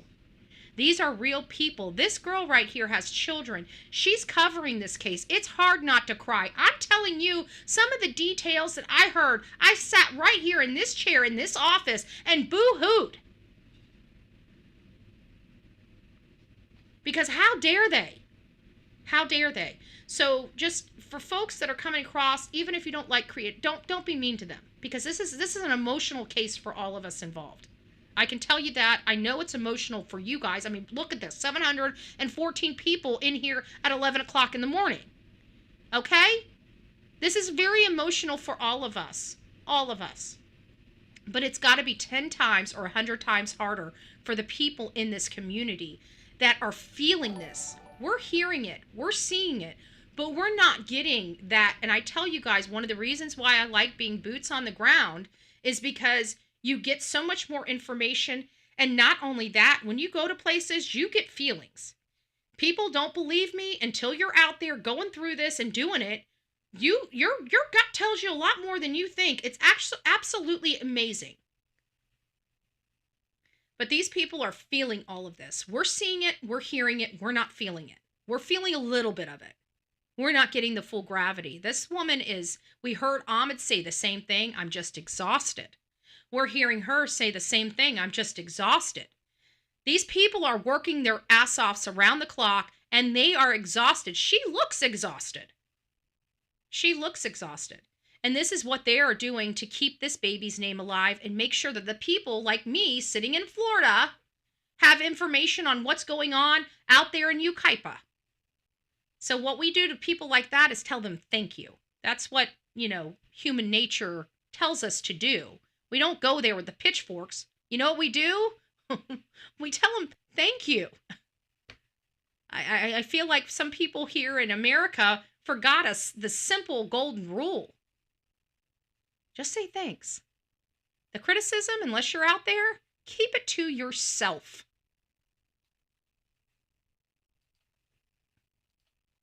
On the murder charges. So I think it's very important that we just kind of let the police do what they're doing. We as a community, what we can do is go out and search. Search, search, search. If he's in Yucaipa, search every single rock, every crevice. On someone's live, there I was stating that there was a ditch over by 7th Street where the football field was. So not on the football field, but over all the way to the end of the park. There's another parking lot where there's basketball courts, and over there's a ditch too. Yucaipa locals, we know this town. We know how we have all these little crevices and different streets. Get out and search. The only thing that we can do right now is try and bring this baby home, try and give him a proper burial, and see what we can do there. Sorry, there was a work truck that was driving by and it was loud. Right now, the police are going to be conducting a search for the body. It's a recovery mission now. It is no longer a missing child. I did get confirmation that Jake was booked yesterday. They are both booked at the same detention center, and they both have the same exact court date at the same time. So I'm wondering if they will be going to court together and if they're going to be tried together. So we're going to wait for that information. They don't go to court until Monday at 8 a.m. All right, so let me kind of explain this because she did bring up a valid point, and we have seen this before where a person, suspect and accomplice were together. I think the most notable story that will help guide you guys if you want to look at this aspect is the most recent trial of Brooks Houck. Brooks Houck is accused of unaliving his girlfriend, Crystal Rogers, back in 2015. It took many, many years to bring that man to justice. And he finally was brought to justice. I think he was picked up in 2023. It might even went back to 2022, like October 2022, but I think it was October 2023. Brooks Houck and his accomplices were picked up and charged with the crime. One of the accomplices wanted to separate. They were trying to separate all of the trials out. So they did the trial of... what's his name? I know it was the father. Good gracious, I can't even remember their name anymore. Lawson. Now we got it. I know one was Joseph Lawson and the other one was, I forget the father's name. Joseph Lawson was the son. But his father, was out there and he lied to law enforcement. Steve Lawson, that's it. Thank you, Joseph and Steve. And so they were trying to be charged together. law enforcement, typically defense attorneys specifically do not like to commingle these cases up. And quite frankly, from my perspective and my experience, I personally don't like them commingled together either. But it doesn't mean they can't, because I'm pretty sure, wasn't it Joseph? Didn't Joseph and it was really weird because I think Joseph and Brooks were tried together, but the father, Steve, was separated from Joe and Brooks, if I remember. They may ended up removing all, making them all three separate cases, but I almost feel like they were together, but they may not have been. But it's not good. It's not good, and the defense attorney will be able to split these apart. So even if they're going to court on the same day, it's most likely because they were arrested on the same day. And if you look at the statutes, they have specific days, like you have to be, arraigned XYZ. You've got to be, preliminary or indicted by XYZ. You've got to, for speedy trial rights, you have 180 days to bring the case forward, without violating the speedy trial rights. So there's a lot of little nuances in here. But as far as at the end of this, I do not think these two will be tried together. I do believe that wasn't Trezell and that was in Bakersfield, California. We'll have to look at that. But wasn't Trezell and Jacqueline, weren't they tried together in California for Orson and Olson West? Orson and Orrin West? They were trialed together. Okay, so they were trialed together. So we do have, in our history from around the country, yes, they were. Okay, so we do have a history around the country where they could be tried together. And we do have a recent case in California where the mom and dad were tried together, and the children, as Red Ginger is putting in the chat, the Orrin and Orson West are still missing. And when people had first came here and said, they may not take this to trial until they find him, I said, of all people, as opposed to Tennessee, of all states, I know California does have the pedigree and the knowledge to bring circumstantial cases forward. I wasn't that concerned in California, and you guys know I'm not a fan of California, but I can give credit where credit's due, and they take people to trial. They don't mind getting down in the gutters and fighting for the victims. I've seen it multiple times in the courts in California. They do not shy away from circumstantial cases. So as far as this type of case being in California, believe it or not, and you guys will never, very rarely ever hear me say this, but I am so thankful Emmanuel is in California and not Tennessee, because we know if this little boy was in Tennessee, these parents would not be charged right now. That's the problem I have with Tennessee. We know damn well, we got a great example. Sebastian Wayne Drake Rogers, similar details. Last person to see was the mother. This child was autistic, doesn't like being outside, doesn't like dirt, always puts his shoes on to go outside, but he walked out of the door being autistic. Now, if you know anything about autism, they're not going to change their daily routines. Okay, it would take an act of Congress pulling teeth to have them change their behaviors. And apparently this one lone night, he wakes up in the middle of the night and walks out the front door, locks the front door behind him, was able to remember to push the button to lock the door behind him, but left without any shoes on, even though he never leaves the house without shoes. And he went out in the dark when he can't stand dirt, flies, bugs, crawly things, allergic to grass, hates dirty water, and yet he went out there with all of that without shoes in the middle of the night. It's an unbelievable story. And then they find flashlights going from their house to an unknown car parked down at the road. On camera. And Sumner County, Tennessee, and the detectives in that state and in that county can't seem to make the case. Oh, and by the way, they're all friends. We've asked multiple times because it's such a small community and they're in the Navy and they live in this gorgeous house and their family has the deep pockets and the developers there. And we know the developers in counties, they control those counties. Those are all related to Chris and Katie Proudfoot. And guess what? The case stalled. They have literally an oxymoron case in front of them and they can't solve it. And here we are out here in California. If Sebastian was still in California, his case would have been solved. Chris and Katie would be in prison. But they're in Sumner County. Sad.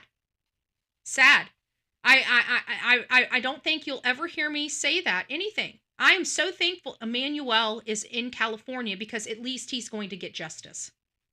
If this would have happened in the very safe state of Tennessee, his case would have stayed unsolved. That's why I'm so angry in the state of Tennessee. I am sick and tired. Sick and tired of their crap in Tennessee because it spills out to the rest of us. My sister lives in Tennessee and their justice system sucks. They set me up. Sumner County set me up. I'm going to be in that state right now for, God knows, probably another 5 years going through the legal process with them. Thank God to the good-hearted people out there. While this county was trying to railroad me, the people in the county said, nope, we ain't letting you do that. Took the people.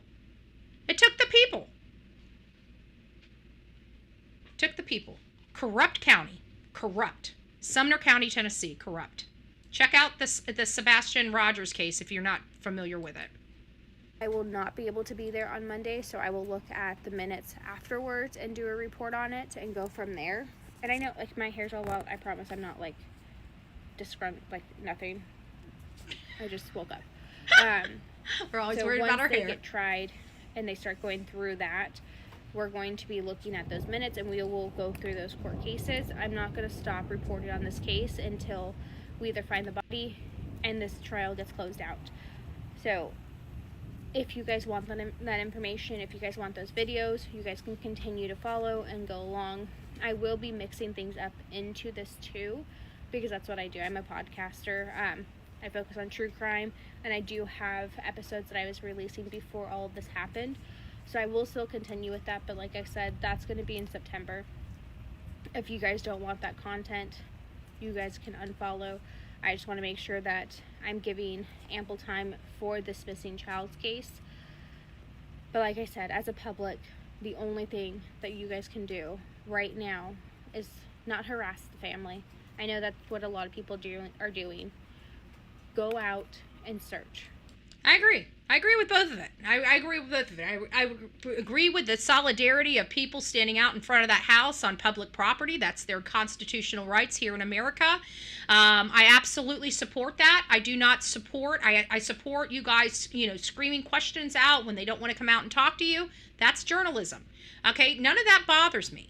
The only thing that really bothers me is the encroachment on a crime scene, because I want this baby's case solved. I don't want them having to exclude Yahoo, some idiots, going on their property, and now they have to get DNA profiles, fingerprint profiles for all these people because they're idiots and clearly don't understand the concept of true crime. But, and again, I'm very fair in my assessment because I've done some things, right? I've went on Alec Murdaugh. A gentleman was there. I walked in the back of the dog kennels. So in sense, somebody can say, well, Vanny, you did the same thing. The difference is that was not an active crime scene. Okay? That was over a year later. And I would never have gone back there had I not known that I was not going to have any problems going back there. Okay? So there's a whole host of different elements and factors on why I went back there. And would I do it again? I absolutely would. But one thing you will never hear is me encroaching on a crime scene. You will never hear me going there, and granted, there were people. Now, had I been out there and somebody said, hey, I got some tickets to give you a tour of the house, I would have been looking at them like, you're not supposed to be on that property, and yeah, we're not taking a tour. Somebody should have said that. But not lose their shit like Blue Hair Lady did. That was just That showed more about her than anybody else, and it was a little extra. If you are local, Okay, if you let are me get anywhere back. in Southern California and you want to help this Sorry. case, Let me move this. There's looping them into these things. So I know on the Theta, he is out. He's boots on ground. He's I following. think this is just more just filling in. So that I think we're done with all the useful information from there. This is the attorney, okay? We've watched this ad nauseum on other channels, the attorney coming out. Again, same thing. I'm just trying to make sure people understand everybody's entitled to a defense. You want to ask them questions about their client, but to condemn a man that's doing his job, we have to put ourselves in there. Every single one of us has a job to do, right? Whether it's being mommy or whether it's running a business, we all have a job to do. And if we were doing our job at the highest degree and people were making us feel like poo-poo for doing that, that's just not right. You go there, you work, whatever. He's not, again, we need to get back to reality. The attorney did not do this to this little boy. Okay? This family deserves to have, if you believe in the justice system and you believe that we are all innocent until proven guilty and you believe that we are entitled to a defense, we should not be, let's be honest, we say a lot of stuff and we pick on attorneys at trial, okay? We make up names for them and call them horrible things and, we're like, take them down, don't get back, we're in the trial. So I get that. That's for trial, okay? But being out here in this man's face, screaming at him like he did something to this baby, that's just inappropriate. Sorry, not sorry, it's just inappropriate. Go back to the line. Is that the attorney? Is he coming towards? Oh, he wants to get in the... He ain't going to talk to us. I know, we're out here right now. Who is this? Are they family? No, they're the neighbors. So we got some neighbors. What do you have to say? Where's the baby? Oh, that's the fucking attorney. Yes. Where's the baby? What do you have to say?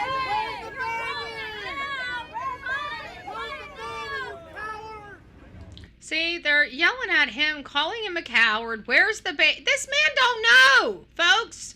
Okay? Let me help you out. He don't know. He don't know. That's not his job. His job is to protect his clients. And everybody in my chat, if the situation rose and you were involved in something like this, you would appreciate that attorney being by your side. So let's not knock the attorneys. Let's be nice to the attorneys. Save the battle for the courtroom. Save the battle for the courtroom. Trust me, we go all in on these defense attorneys in court. Okay? But when we're out here in the real, we don't. Now, I brought this one up because I know many of you guys didn't notice this, but I can't figure for the life of me why code enforcement, of all things, was out on the scene. I went through the... There you go. He may not know, but I don't know. You need an attorney. Like I said, we save our opinions and stuff about defense attorneys for the courtroom. Like Dick and Jim. Oh my gosh, you guys, we were calling them Mr. Magoo and what else? What were we? What were we calling Dick? Dick? No, I don't remember. But we were calling him Mr. Magoo, and we were beating him up. But we wait until trial. I have high regard for Dick and Jim. I didn't believe them. I thought they were smooth, defense attorneys. But in all fairness, they broke the whole thing with the clerk, and I'm sorry, they were spot on with that. That clerk lied.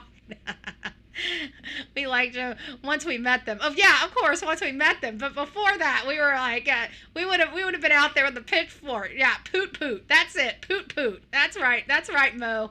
That's right, poot. But we may don't get me wrong. We beat up the defense attorneys, but there's a time and a place for it, and we truly do believe in the time and place. And this isn't the time or the place. Give the man a break. I mean, I can't imagine this man having to have this case, representing this POS, and he's got to go home to his own kids and look at his own kids and know that he would never, this attorney probably went home and gave his kids the biggest hug and kiss he probably has ever given them in a really long time just because of this case. Defense attorneys are defense attorneys. They do it because they know people need the representation. Not that they necessarily agree with their client, but they believe in the system. They believe in the system. And of course, you get paid a lot more being a good defense attorney than a prosecutor. So it does have something to do with the dollar bill, y'all. But if you believe in one, you have to believe in the other. Why code enforcement was on the scene, I don't know. I wonder if code enforcement was on the scene to condemn the home, because they battered the home. Maybe there is a purpose for them being here after something like this, where you have a home raid. Maybe that has something to do with it, the home raid to determine the safety of the home. I don't know. I don't know why code enforcement would be here. If you guys have an opinion about it or actually know why code enforcement would be on the scene of a homicide, I'd surely like to know.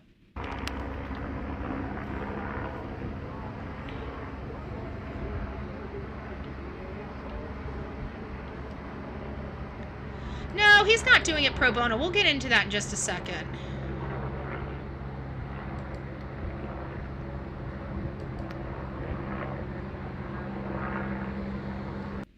So I still can't figure out why code enforcement is out there on the scene of this homicide, but they've got to have a purpose.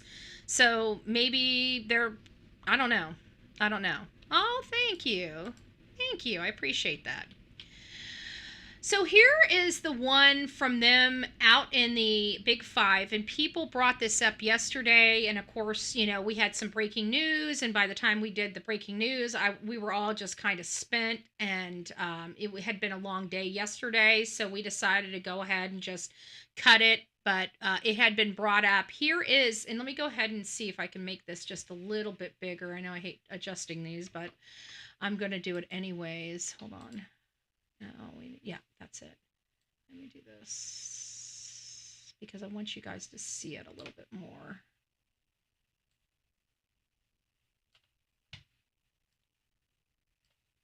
I think that is good. I think that'll be good.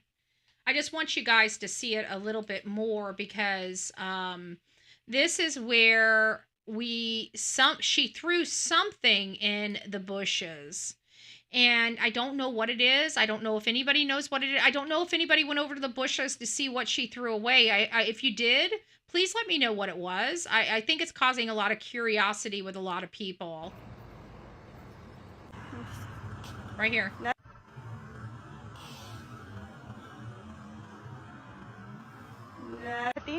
So what was it that she threw in it? Did somebody pass her a note?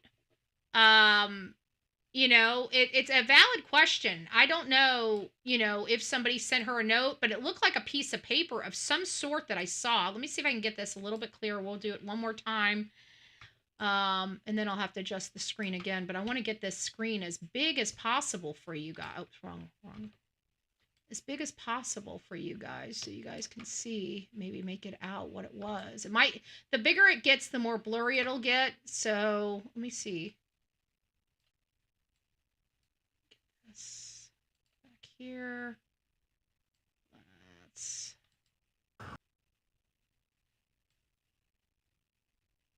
Let me make sure that's on the screen well. No, it's not. Okay. So maybe that. Okay, that looks like we got it. Let's go back to the beginning and watch it.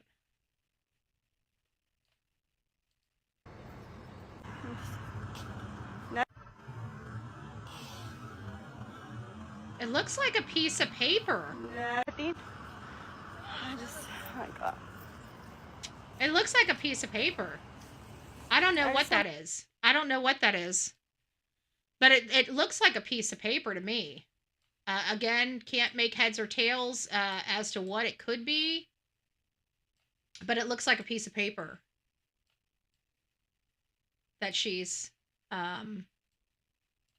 doing that. All right, sorry, I've got to make it big again because we're going to have to go to a different.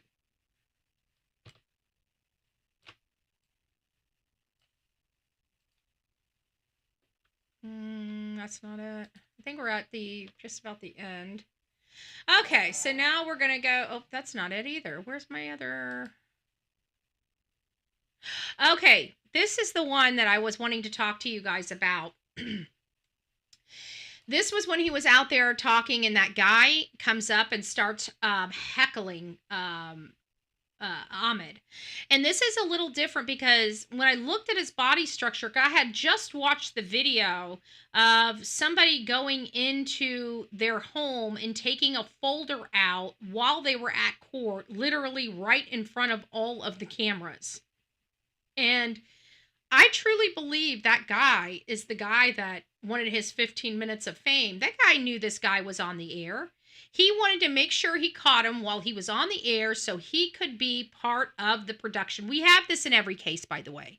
It happened in Gabby Petito. It happened in Summer Wells. We always get the one person that just wants to feel like he's a hard butt, that he's going to just, you don't have a business right to be here. As a matter of fact, I'm getting sick and tired of hearing that. Yes, we do. For the public out there, we have a right. Those streets that are paid for by the people, we have a right to be on, whether we live in that community or not. Public spaces are public spaces. They are not owned by you. They're not owned by me. They're not owned by the government. They're owned by us. Okay? They're government areas that are owned by us. So we're allowed to be on them. We're allowed to walk up and down them. We're allowed to walk up and down those public areas with our phones on, with signs, speaking, talking in a bullhorn, depending on their noise ordinance, which again, I don't even care about noise ordinances because they're not above constitutional rights when you are protesting or speaking. Even the First Amendment to freedom of speech, freedom of press, that gives anybody the right to be there. So for the idiots out there that want to bow up on somebody that's out there and say they don't have a right to be there, the only criminal in that situation is you, my friend, the one harassing the person that's out there, because they're following the law and they're doing what they're doing in the letter of the law. So Ahmed is doing everything lawfully and legally, and then he has this bonehead that wants to be hard that is actually breaking the law. Kind of funny. Kind of funny. The police told her there's a form because they had the video already. Check it out. Hey, homie. You guys are making shit stink worse. Check this out, you know what I homie. mean? Back This is the my fuck fucking up, house. okay? You're making shit stink worse. You're making it worse. No. Well, then do All right, that's the guy I believe was there. Now, I'm going to tell you, dude, you would have rolled up on me, you might have gotten tased. I will tell you, you stay out of mine. This is for everybody. When I'm out there in the field, you don't roll up on me like that.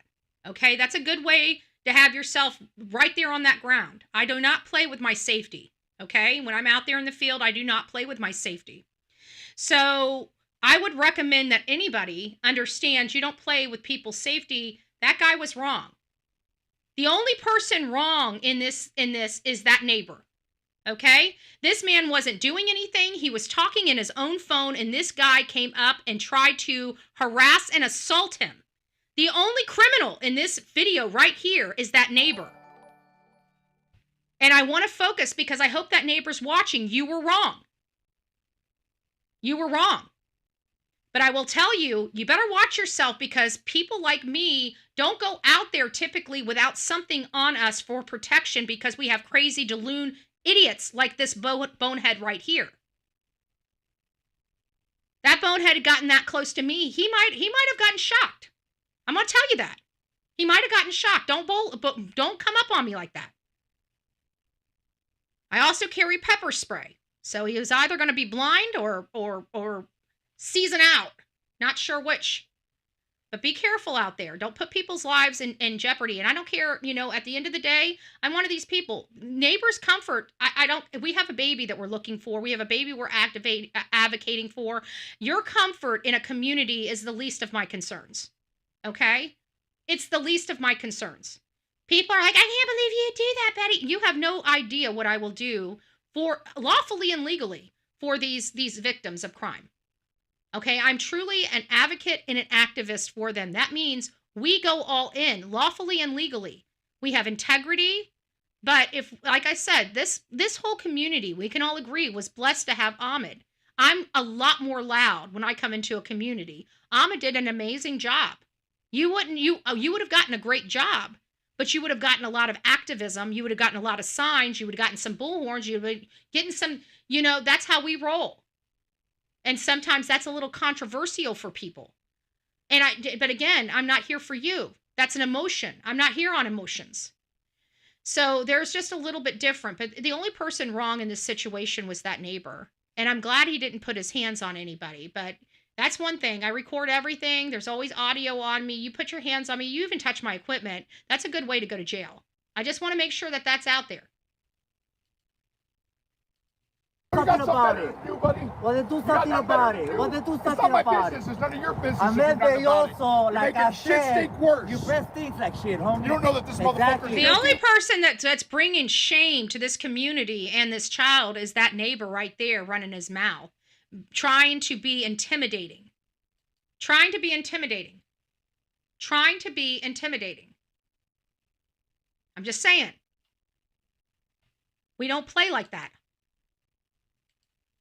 He probably is, but it's none of your fucking business. Well, fuck you, homie. How about that? Fuck Get a you. life, homeboy. Oh, yeah, get a fucking life, dick. homeboy. Go fucking have your hand suck your dick. Maybe you'll be happy.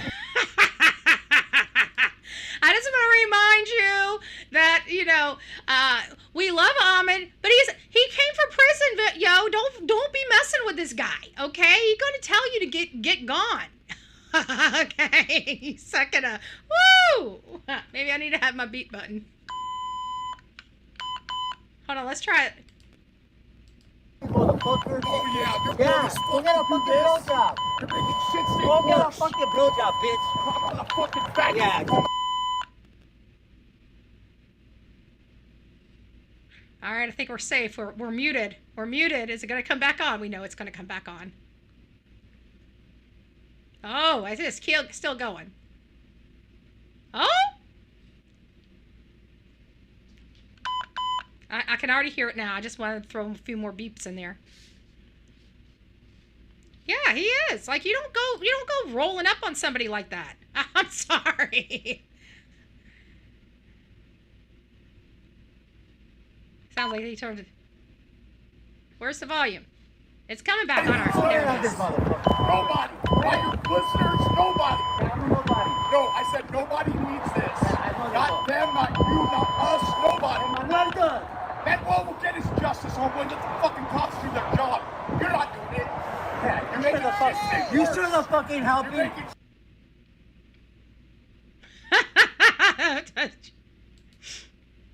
They have to keep turning it off. It must get bad. But see, I also don't believe in engaging. I would never have walked over to him. I just stand, as he's walking away, I just stood in my spot and still been talking, right? But I'm not going toward the threat. I just want to say, for all those people, I like to educate people on what not to do when you're out there. If you guys know me, like, you don't engage. We don't engage. When we're out there, we don't engage. Like, but I will. I mean, I told somebody, Fry Guy, I told him to go get bent when he came up and tried all that. Fry Guy, you got to go. Remember Fry Guy from the Leilani? Fry Guy. He's the Fry Guy of the Emmanuel case. Yep, he's Fry Guy. He's Fry Guy. The neighbor is Fry Guy. We always have one. I'm telling you, we had Fry Guy. I forgot about Quentin Simon. We had Fry Guy and Quentin Simon. We had BK and Summer Wells. We had That guy from across the street and Gabby Petito that came around because we knocked on his door to ask a question and leave a flyer. And that somehow set him off 3 days later to come barreling through for his 15 minutes of shame. Like, I deal with it on every single case, and that is what I'm going to attribute to this guy. He's one of those hard guys, probably sauced up. It's later at night. He's got a little, a little pep in his step, and he thinks he's going to go up and school some people. He going to school some people. Well, let me tell you, about just about everyone that's got schooled, you were lucky. Because Fry Guy almost went to jail. The guy in front of Gabby Petito's house did go to jail. So, I got experiences in the 15-minute fame guys. Got plenty of experience in the 15-minute of fame guys. We record, we report. We don't engage. Just remember that. Record, report, do not engage. Keeps you safe. Keeps you safe.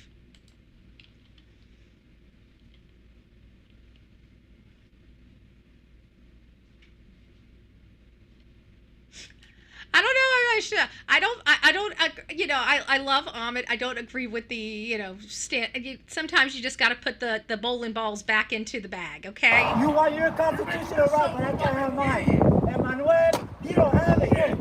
Let the cops do their job. No, let the cops do their job. I know who he is. I live here. I live here. Where is he? You're making shit stink worse. Your fucking breath is like shit. They'll find him. You can come over there and say shit stinks worth, but where's your avocation for the little boy? You are what I consider a piece of shit, dude. A piece of shit. The only thing that's stinking out there is you and your attitude and your intimidation factor. Like I said, this community, I knew that they were better off with Ahmed. Trust me. I knew it. Have you looked? Have you looked? Have you looked? I live here, motherfucker. That doesn't mean you looked.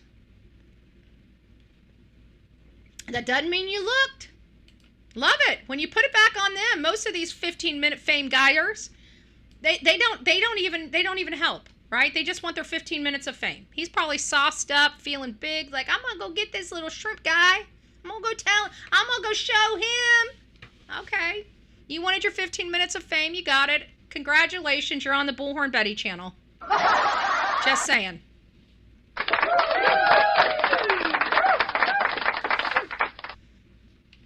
We show idiots regularly on this show. Neighbor guy, 15-minute famer. We do. Just saying. All right, let me find my show.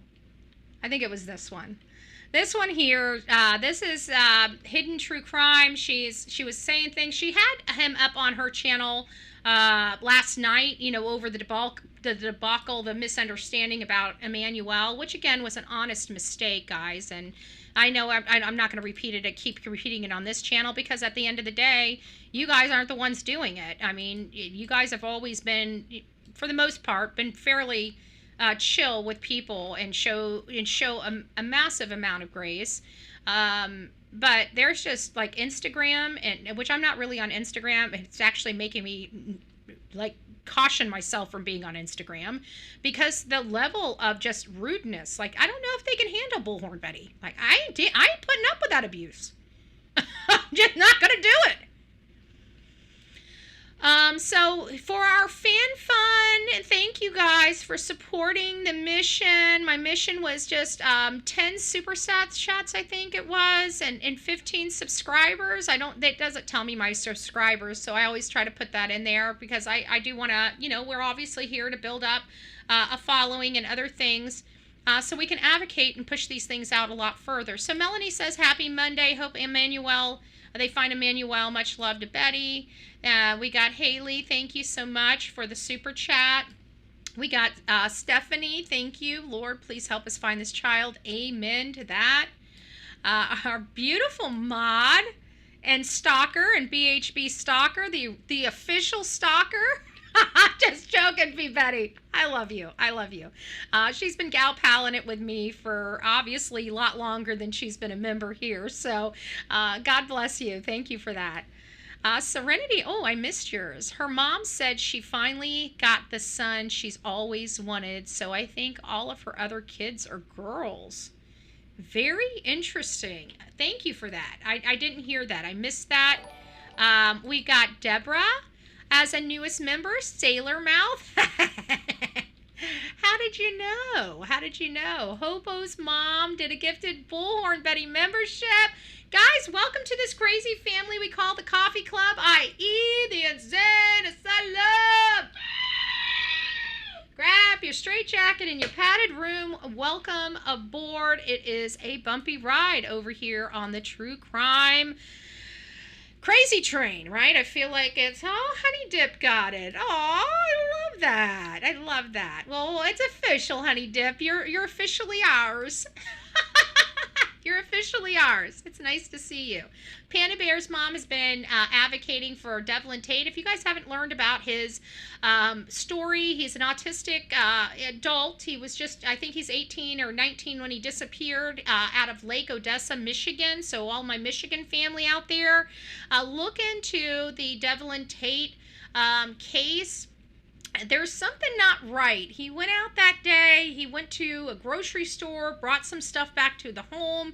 His brother said he was moving to Arizona or something like that, which was really odd because how was this kid that had no money, had no job, had no car, going to walk out of his house and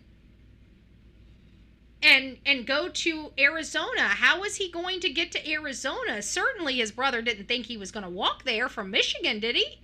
It just sounds a little odd, is all, I'm saying. It just sounds a little odd. With the Devlin Tate. I haven't taken a deep dive in it because every time I try, and then I've got another case as well. We got Devlin's case coming up, as well as one of my friends from the Sebastian Rogers case sent me another case in their area, and then one of our people that watched us, that helped me out through the whole Idaho 4, actually sent me another case that is not getting a whole lot of attention. So we've got 3 other cases literally on the heels of this case right now that I've got to try to dive into and get heads or tails on, 1, the details of the case, and 2, are these cases for the Bullhorn Betty channel. And all the cases are obviously for the Bullhorn Betty channel, but at what capacity is the Bullhorn channel going to be used? Is it just going to be for an advocacy? Because right now, like Devlin Tate, we're basically just, advocating for him because we really haven't taken a deep dive into his case. I haven't had the time. Otherwise, we would. Oh, thank you, Kat. Rest in peace, sweet baby.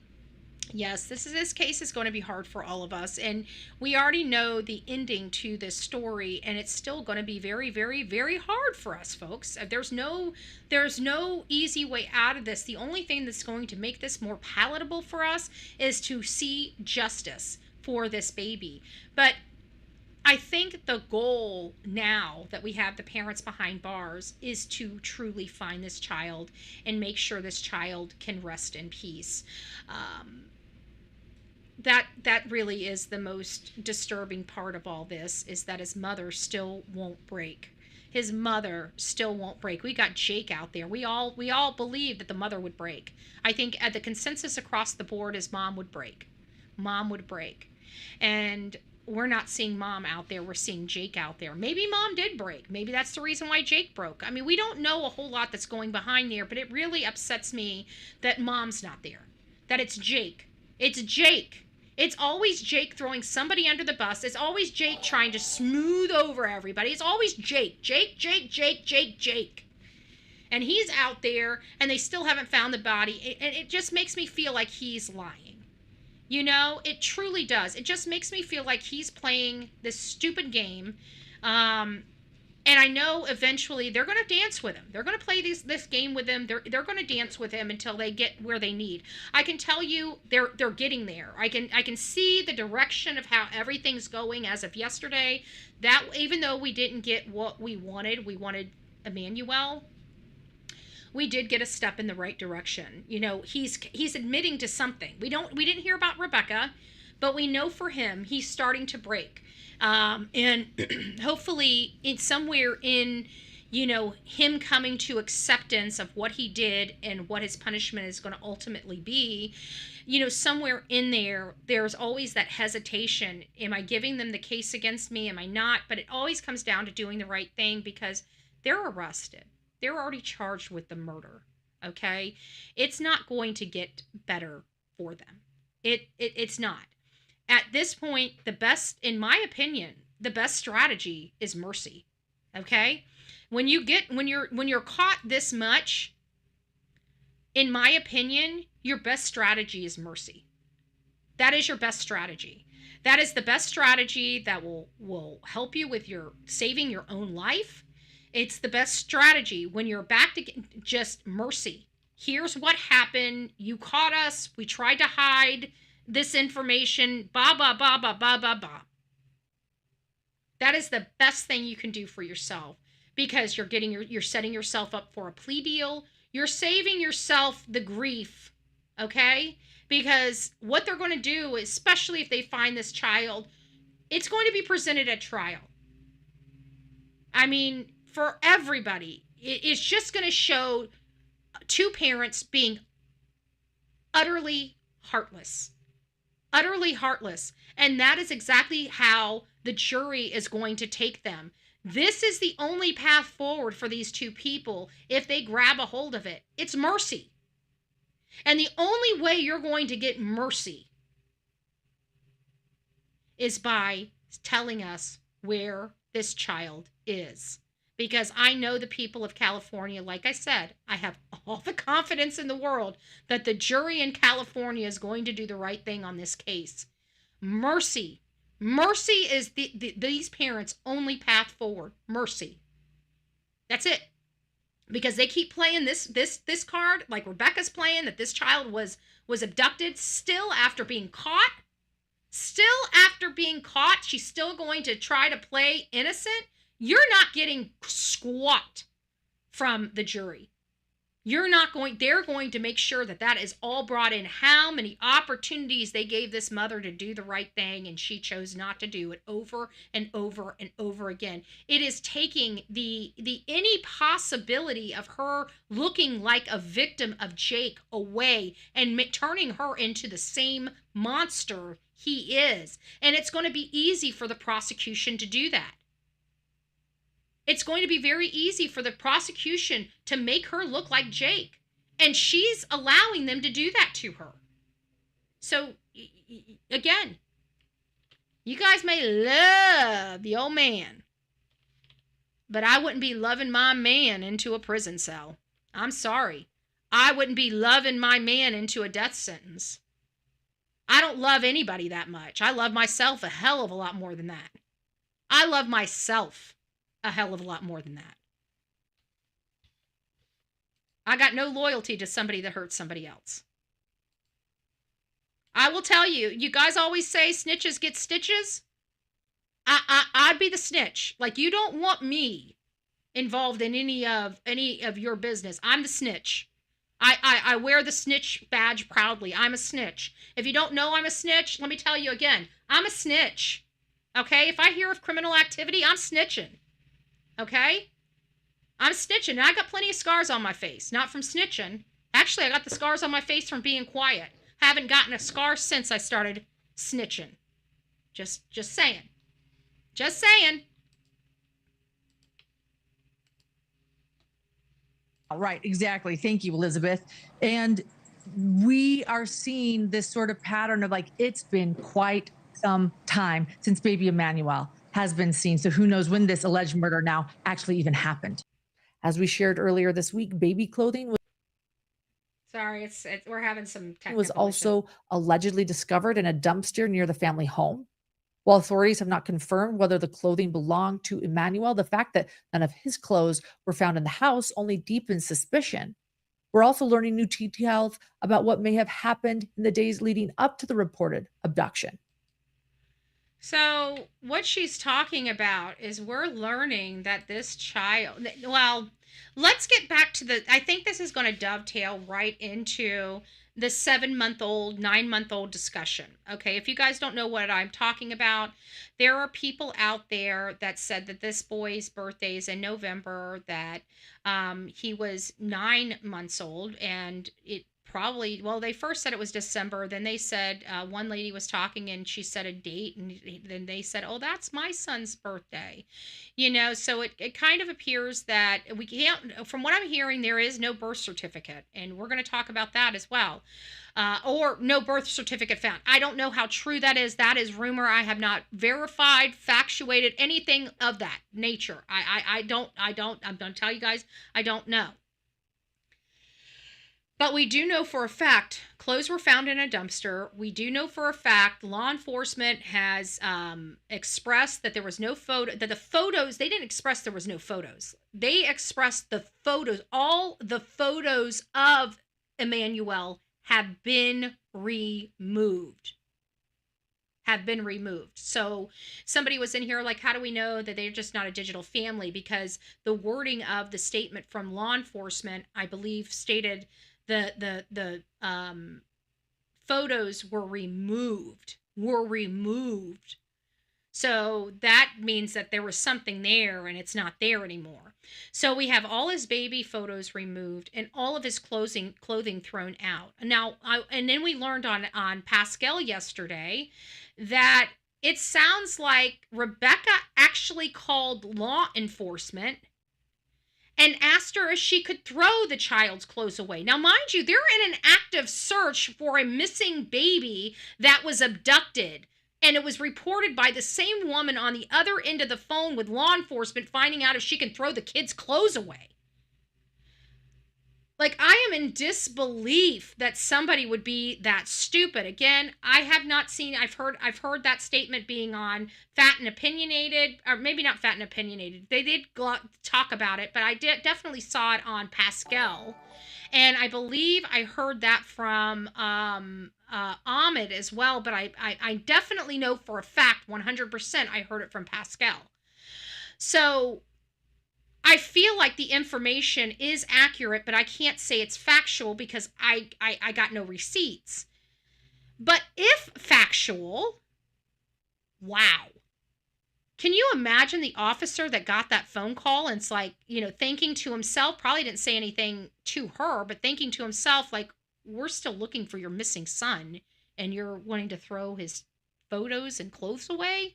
I mean, that had to have been like chills. I was going to say EBGBs, but I looked down and I saw that. Yes, that. Chills. Just insanity. And then she comes out after being arrested with fresh nails and hair. We've been out here searching for her kid while she's been in a house, allegedly cooped up in the house. The attorney says that they have no vehicle and can't go nowhere. Well, I find that awfully funny. Seems like she had no problem getting to the nail salon or the hair salon, but she just seems to have a problem getting out to look for her own son. She was too busy playing the victim.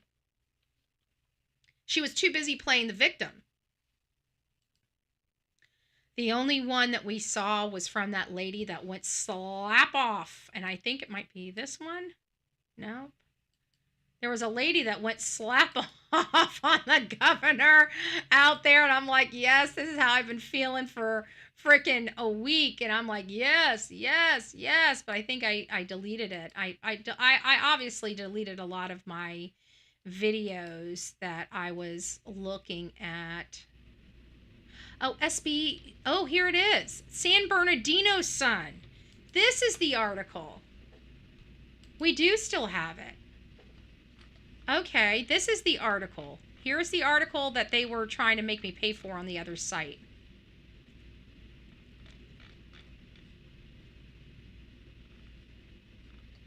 Here it is, right here.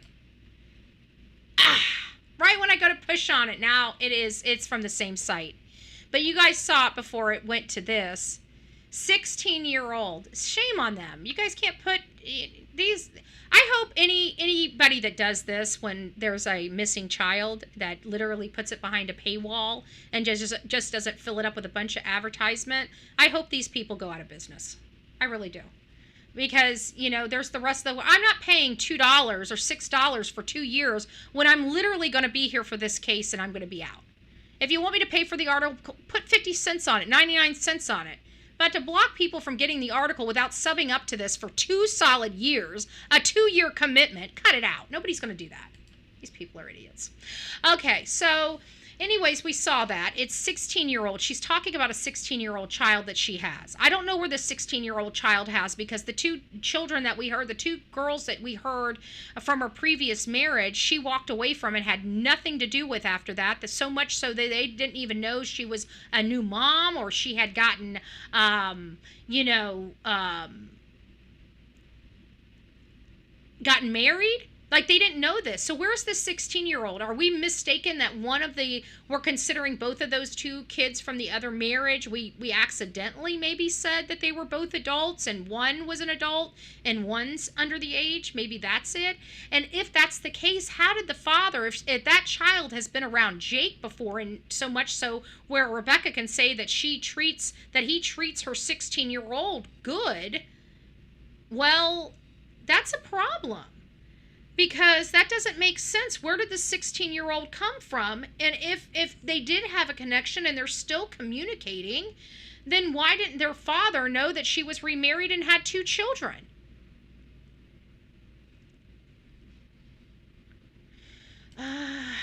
No, I must have deleted it. I bet you I did. I accidentally deleted it. Oh, that's a shame. I liked her. I did delete it because she was a TikTok account, and I don't see any TikToks up here. So we've already went through all of these. Is this a new one? Okay, this is just an update. So it says that his father's been seen helping the police. He's wanting to be seen as helping, right? So we all know that he was out there on Freeway 60 freeway, right there by Gilman Springs Road or Drive or something like that. And then he was out in like a field, and he was searching. The problem is, and I think it's this one. The problem is with his searching,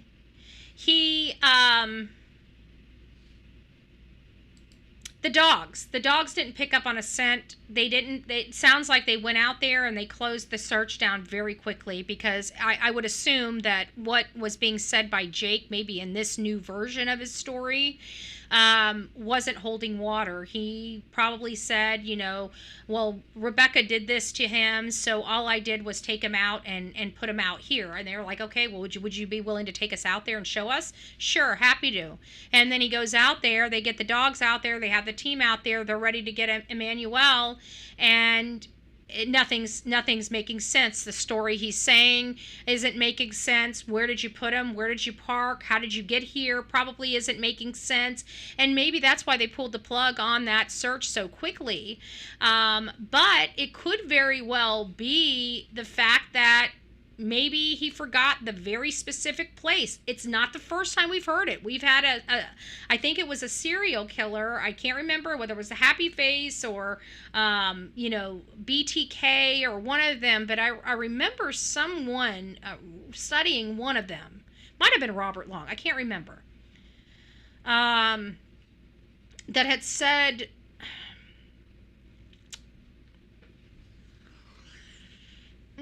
let me get back to my train of thought. That had said something to the effect of they knew the body was there. They were showing the cops the body, and they ended up having to dig like 5 or 6 holes because he couldn't remember specifically where it was, because it had been 20 so years ago, and his only landmark of where he buried the body was this particular tree. And he found the tree, and they had dug, and they could not find the person, and then they ended up moving their next dig, I think 2.5 feet to either to the right or left of it, and they ended up finding the victim.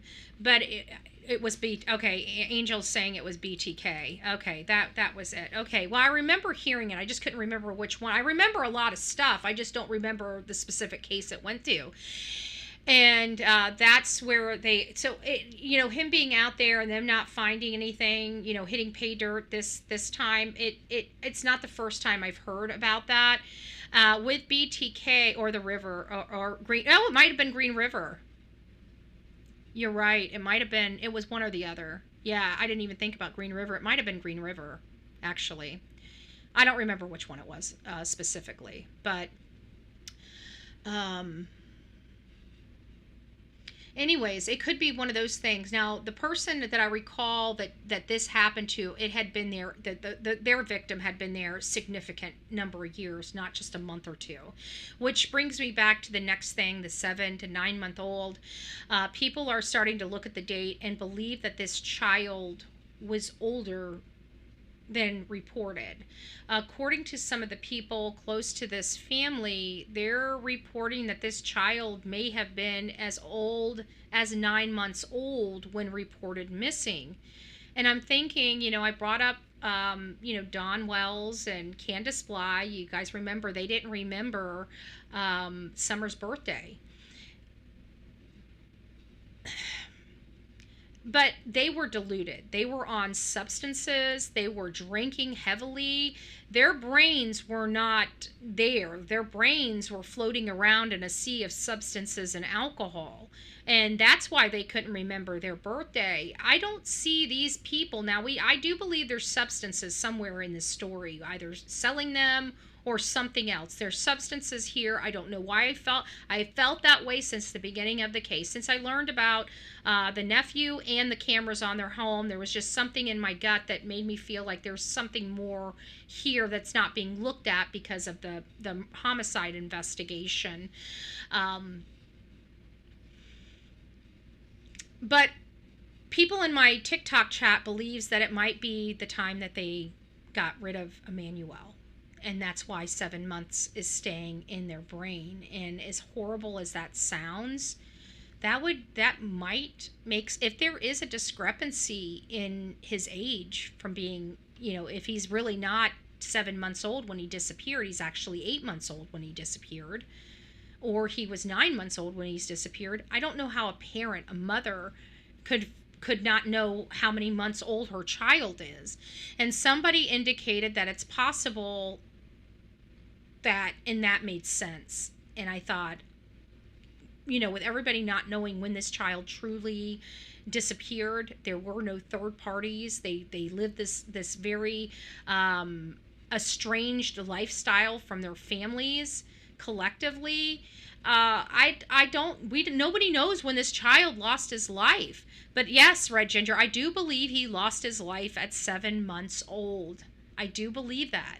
So it could be that he truly was 9 months, and maybe he's been gone even longer than we could even comprehend. Maybe he truly has been gone for 2 months. Maybe he wasn't seen. Maybe he wasn't alive in July. Maybe it happened July 4th when everybody was partying. There's a lot of party days in the month of July. Oh, no. There's no ifs, ands, or buts about what we're dealing with here. If anybody is saying this is, a racking type of trafficking type of thing, no, you're analyzing the case wrong. And you need to go back. And when people do that and you analyze the case wrong, I analyzed Giovanni Pelletier. I don't hide that from my audience. If I analyze it, whether you guys know how I'm analyzing it or not, if I make a mistake, I tell you I made a mistake. And I make a mistake on that case. And the reason why I'm honest about that is because I want to make sure that I understand what mistake I made so I don't make it again. And if you guys are looking at these cases and automatically thinking just about every case is a trafficking case, you need to figure out for yourself why you're analyzing these wrong. It could be because maybe you were injured or hurt as a little girl, little boy, or whatever the case may be. You may be harboring some childhood trauma. But whatever it is, you need to be honest with yourself so you can start analyzing these cases appropriately. But this is not one that ever had any indicator of trafficking of any magnitude or way, shape, or form. This is truly domestic violence. I don't want people taking away from the message of domestic violence, because domestic violence is a lethal issue issue, a lethal family issue, and people need to know when they're seeing it and how to detect it. And when we start commingling messages like trafficking or other things, then we're doing a disservice to the community, in my opinion. So this is, in my opinion, absolutely 100% a domestic violence household and death. This has no indicators, not even the slightest indicator that this could be a trafficking type of situation at all. Zero. So if there is, cooking and listening, Lady Freedom, are you making me breakfast? I'll be there in an hour and a half.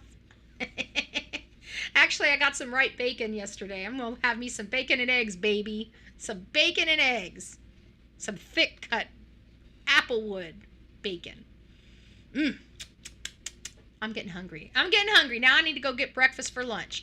All right, guys, that's really all I do have to show you guys for today. We have a lot to dive in and go over with this case because this case was moving so rapidly. If anybody is out in the area and would like to search but don't know how to begin, or best practices or anything else like that, you're more than welcome to reach out to me. I can give you my best practices. But one of the major rules I have that I don't really apply to myself because I kind of do my own thing is please don't go out in these areas alone. We want you to be happy, healthy, and safe. Always use the buddy system, especially when you're searching. Especially when you are searching. Why?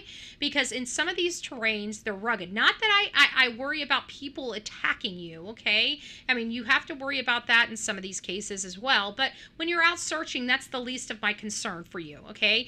The buddy system is because there's a lot of things you can trip, fall, and hurt yourself on. Okay? And when minutes matter, you need to have somebody that can help you, assist you, or call in for help for somebody that can help and assist you. So when you're searching for people, it is a bad practice to be out there alone. We don't want you having to take away valuable resources for people to go out there and have to start looking for you out there in the wilderness.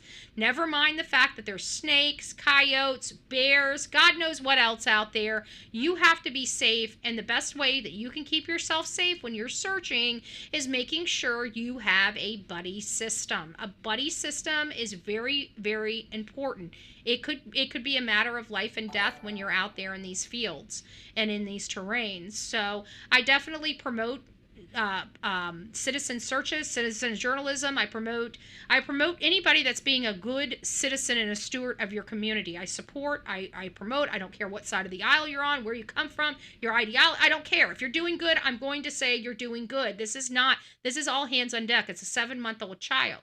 So if you guys are out there searching and you need help, I'm happy to help. I have some ideas of where to search myself. So reach out, bullhornbetty@gmail.com. I'm happy to share with you some of my best practices. I'm happy to share with you my maps. I'm happy to share with you whatever you need to make your trip and your search as successful as possible.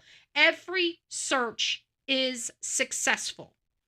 Many people have the illusion if you don't go out and find the victim, your search was unsuccessful. Every single search that anybody could ever do is a successful search. Why? Because although you did not find the victim, you just eliminated an area. Okay? That is a winner in my book. That is a winner chicken dinner all day long, because the more areas that we can exclude, the more the area that he could be at starts to emerge. So always remember, every time you get your feet out there, you search, it's never an unsuccessful search. You are a success. The minute you put your feet out there and search, you are a success. Always remember that. All right, guys, rock it out with your coffee beans out. Don't forget to be fearless. If you see something, say something. An ounce of prevention is worth a pound of cure. And until next time, please be safe, but more importantly, kind to one another. And guys, Ahmed is working his ass off. This young lady from that nature crime pod or news pod or whatever, the young lady, I'll get her name and put her out on our next show. They're out there. This is emotional for them, and they're doing the work. instead of being critical or mean to these people, you know, there's this thing called etiquette, okay? And maybe some people don't know it, but a thank you goes a long way. So maybe if you didn't know it before you came to the Bullhorn Betty channel, you know it now when you're leaving the Bullhorn Betty channel. Have a great day, guys.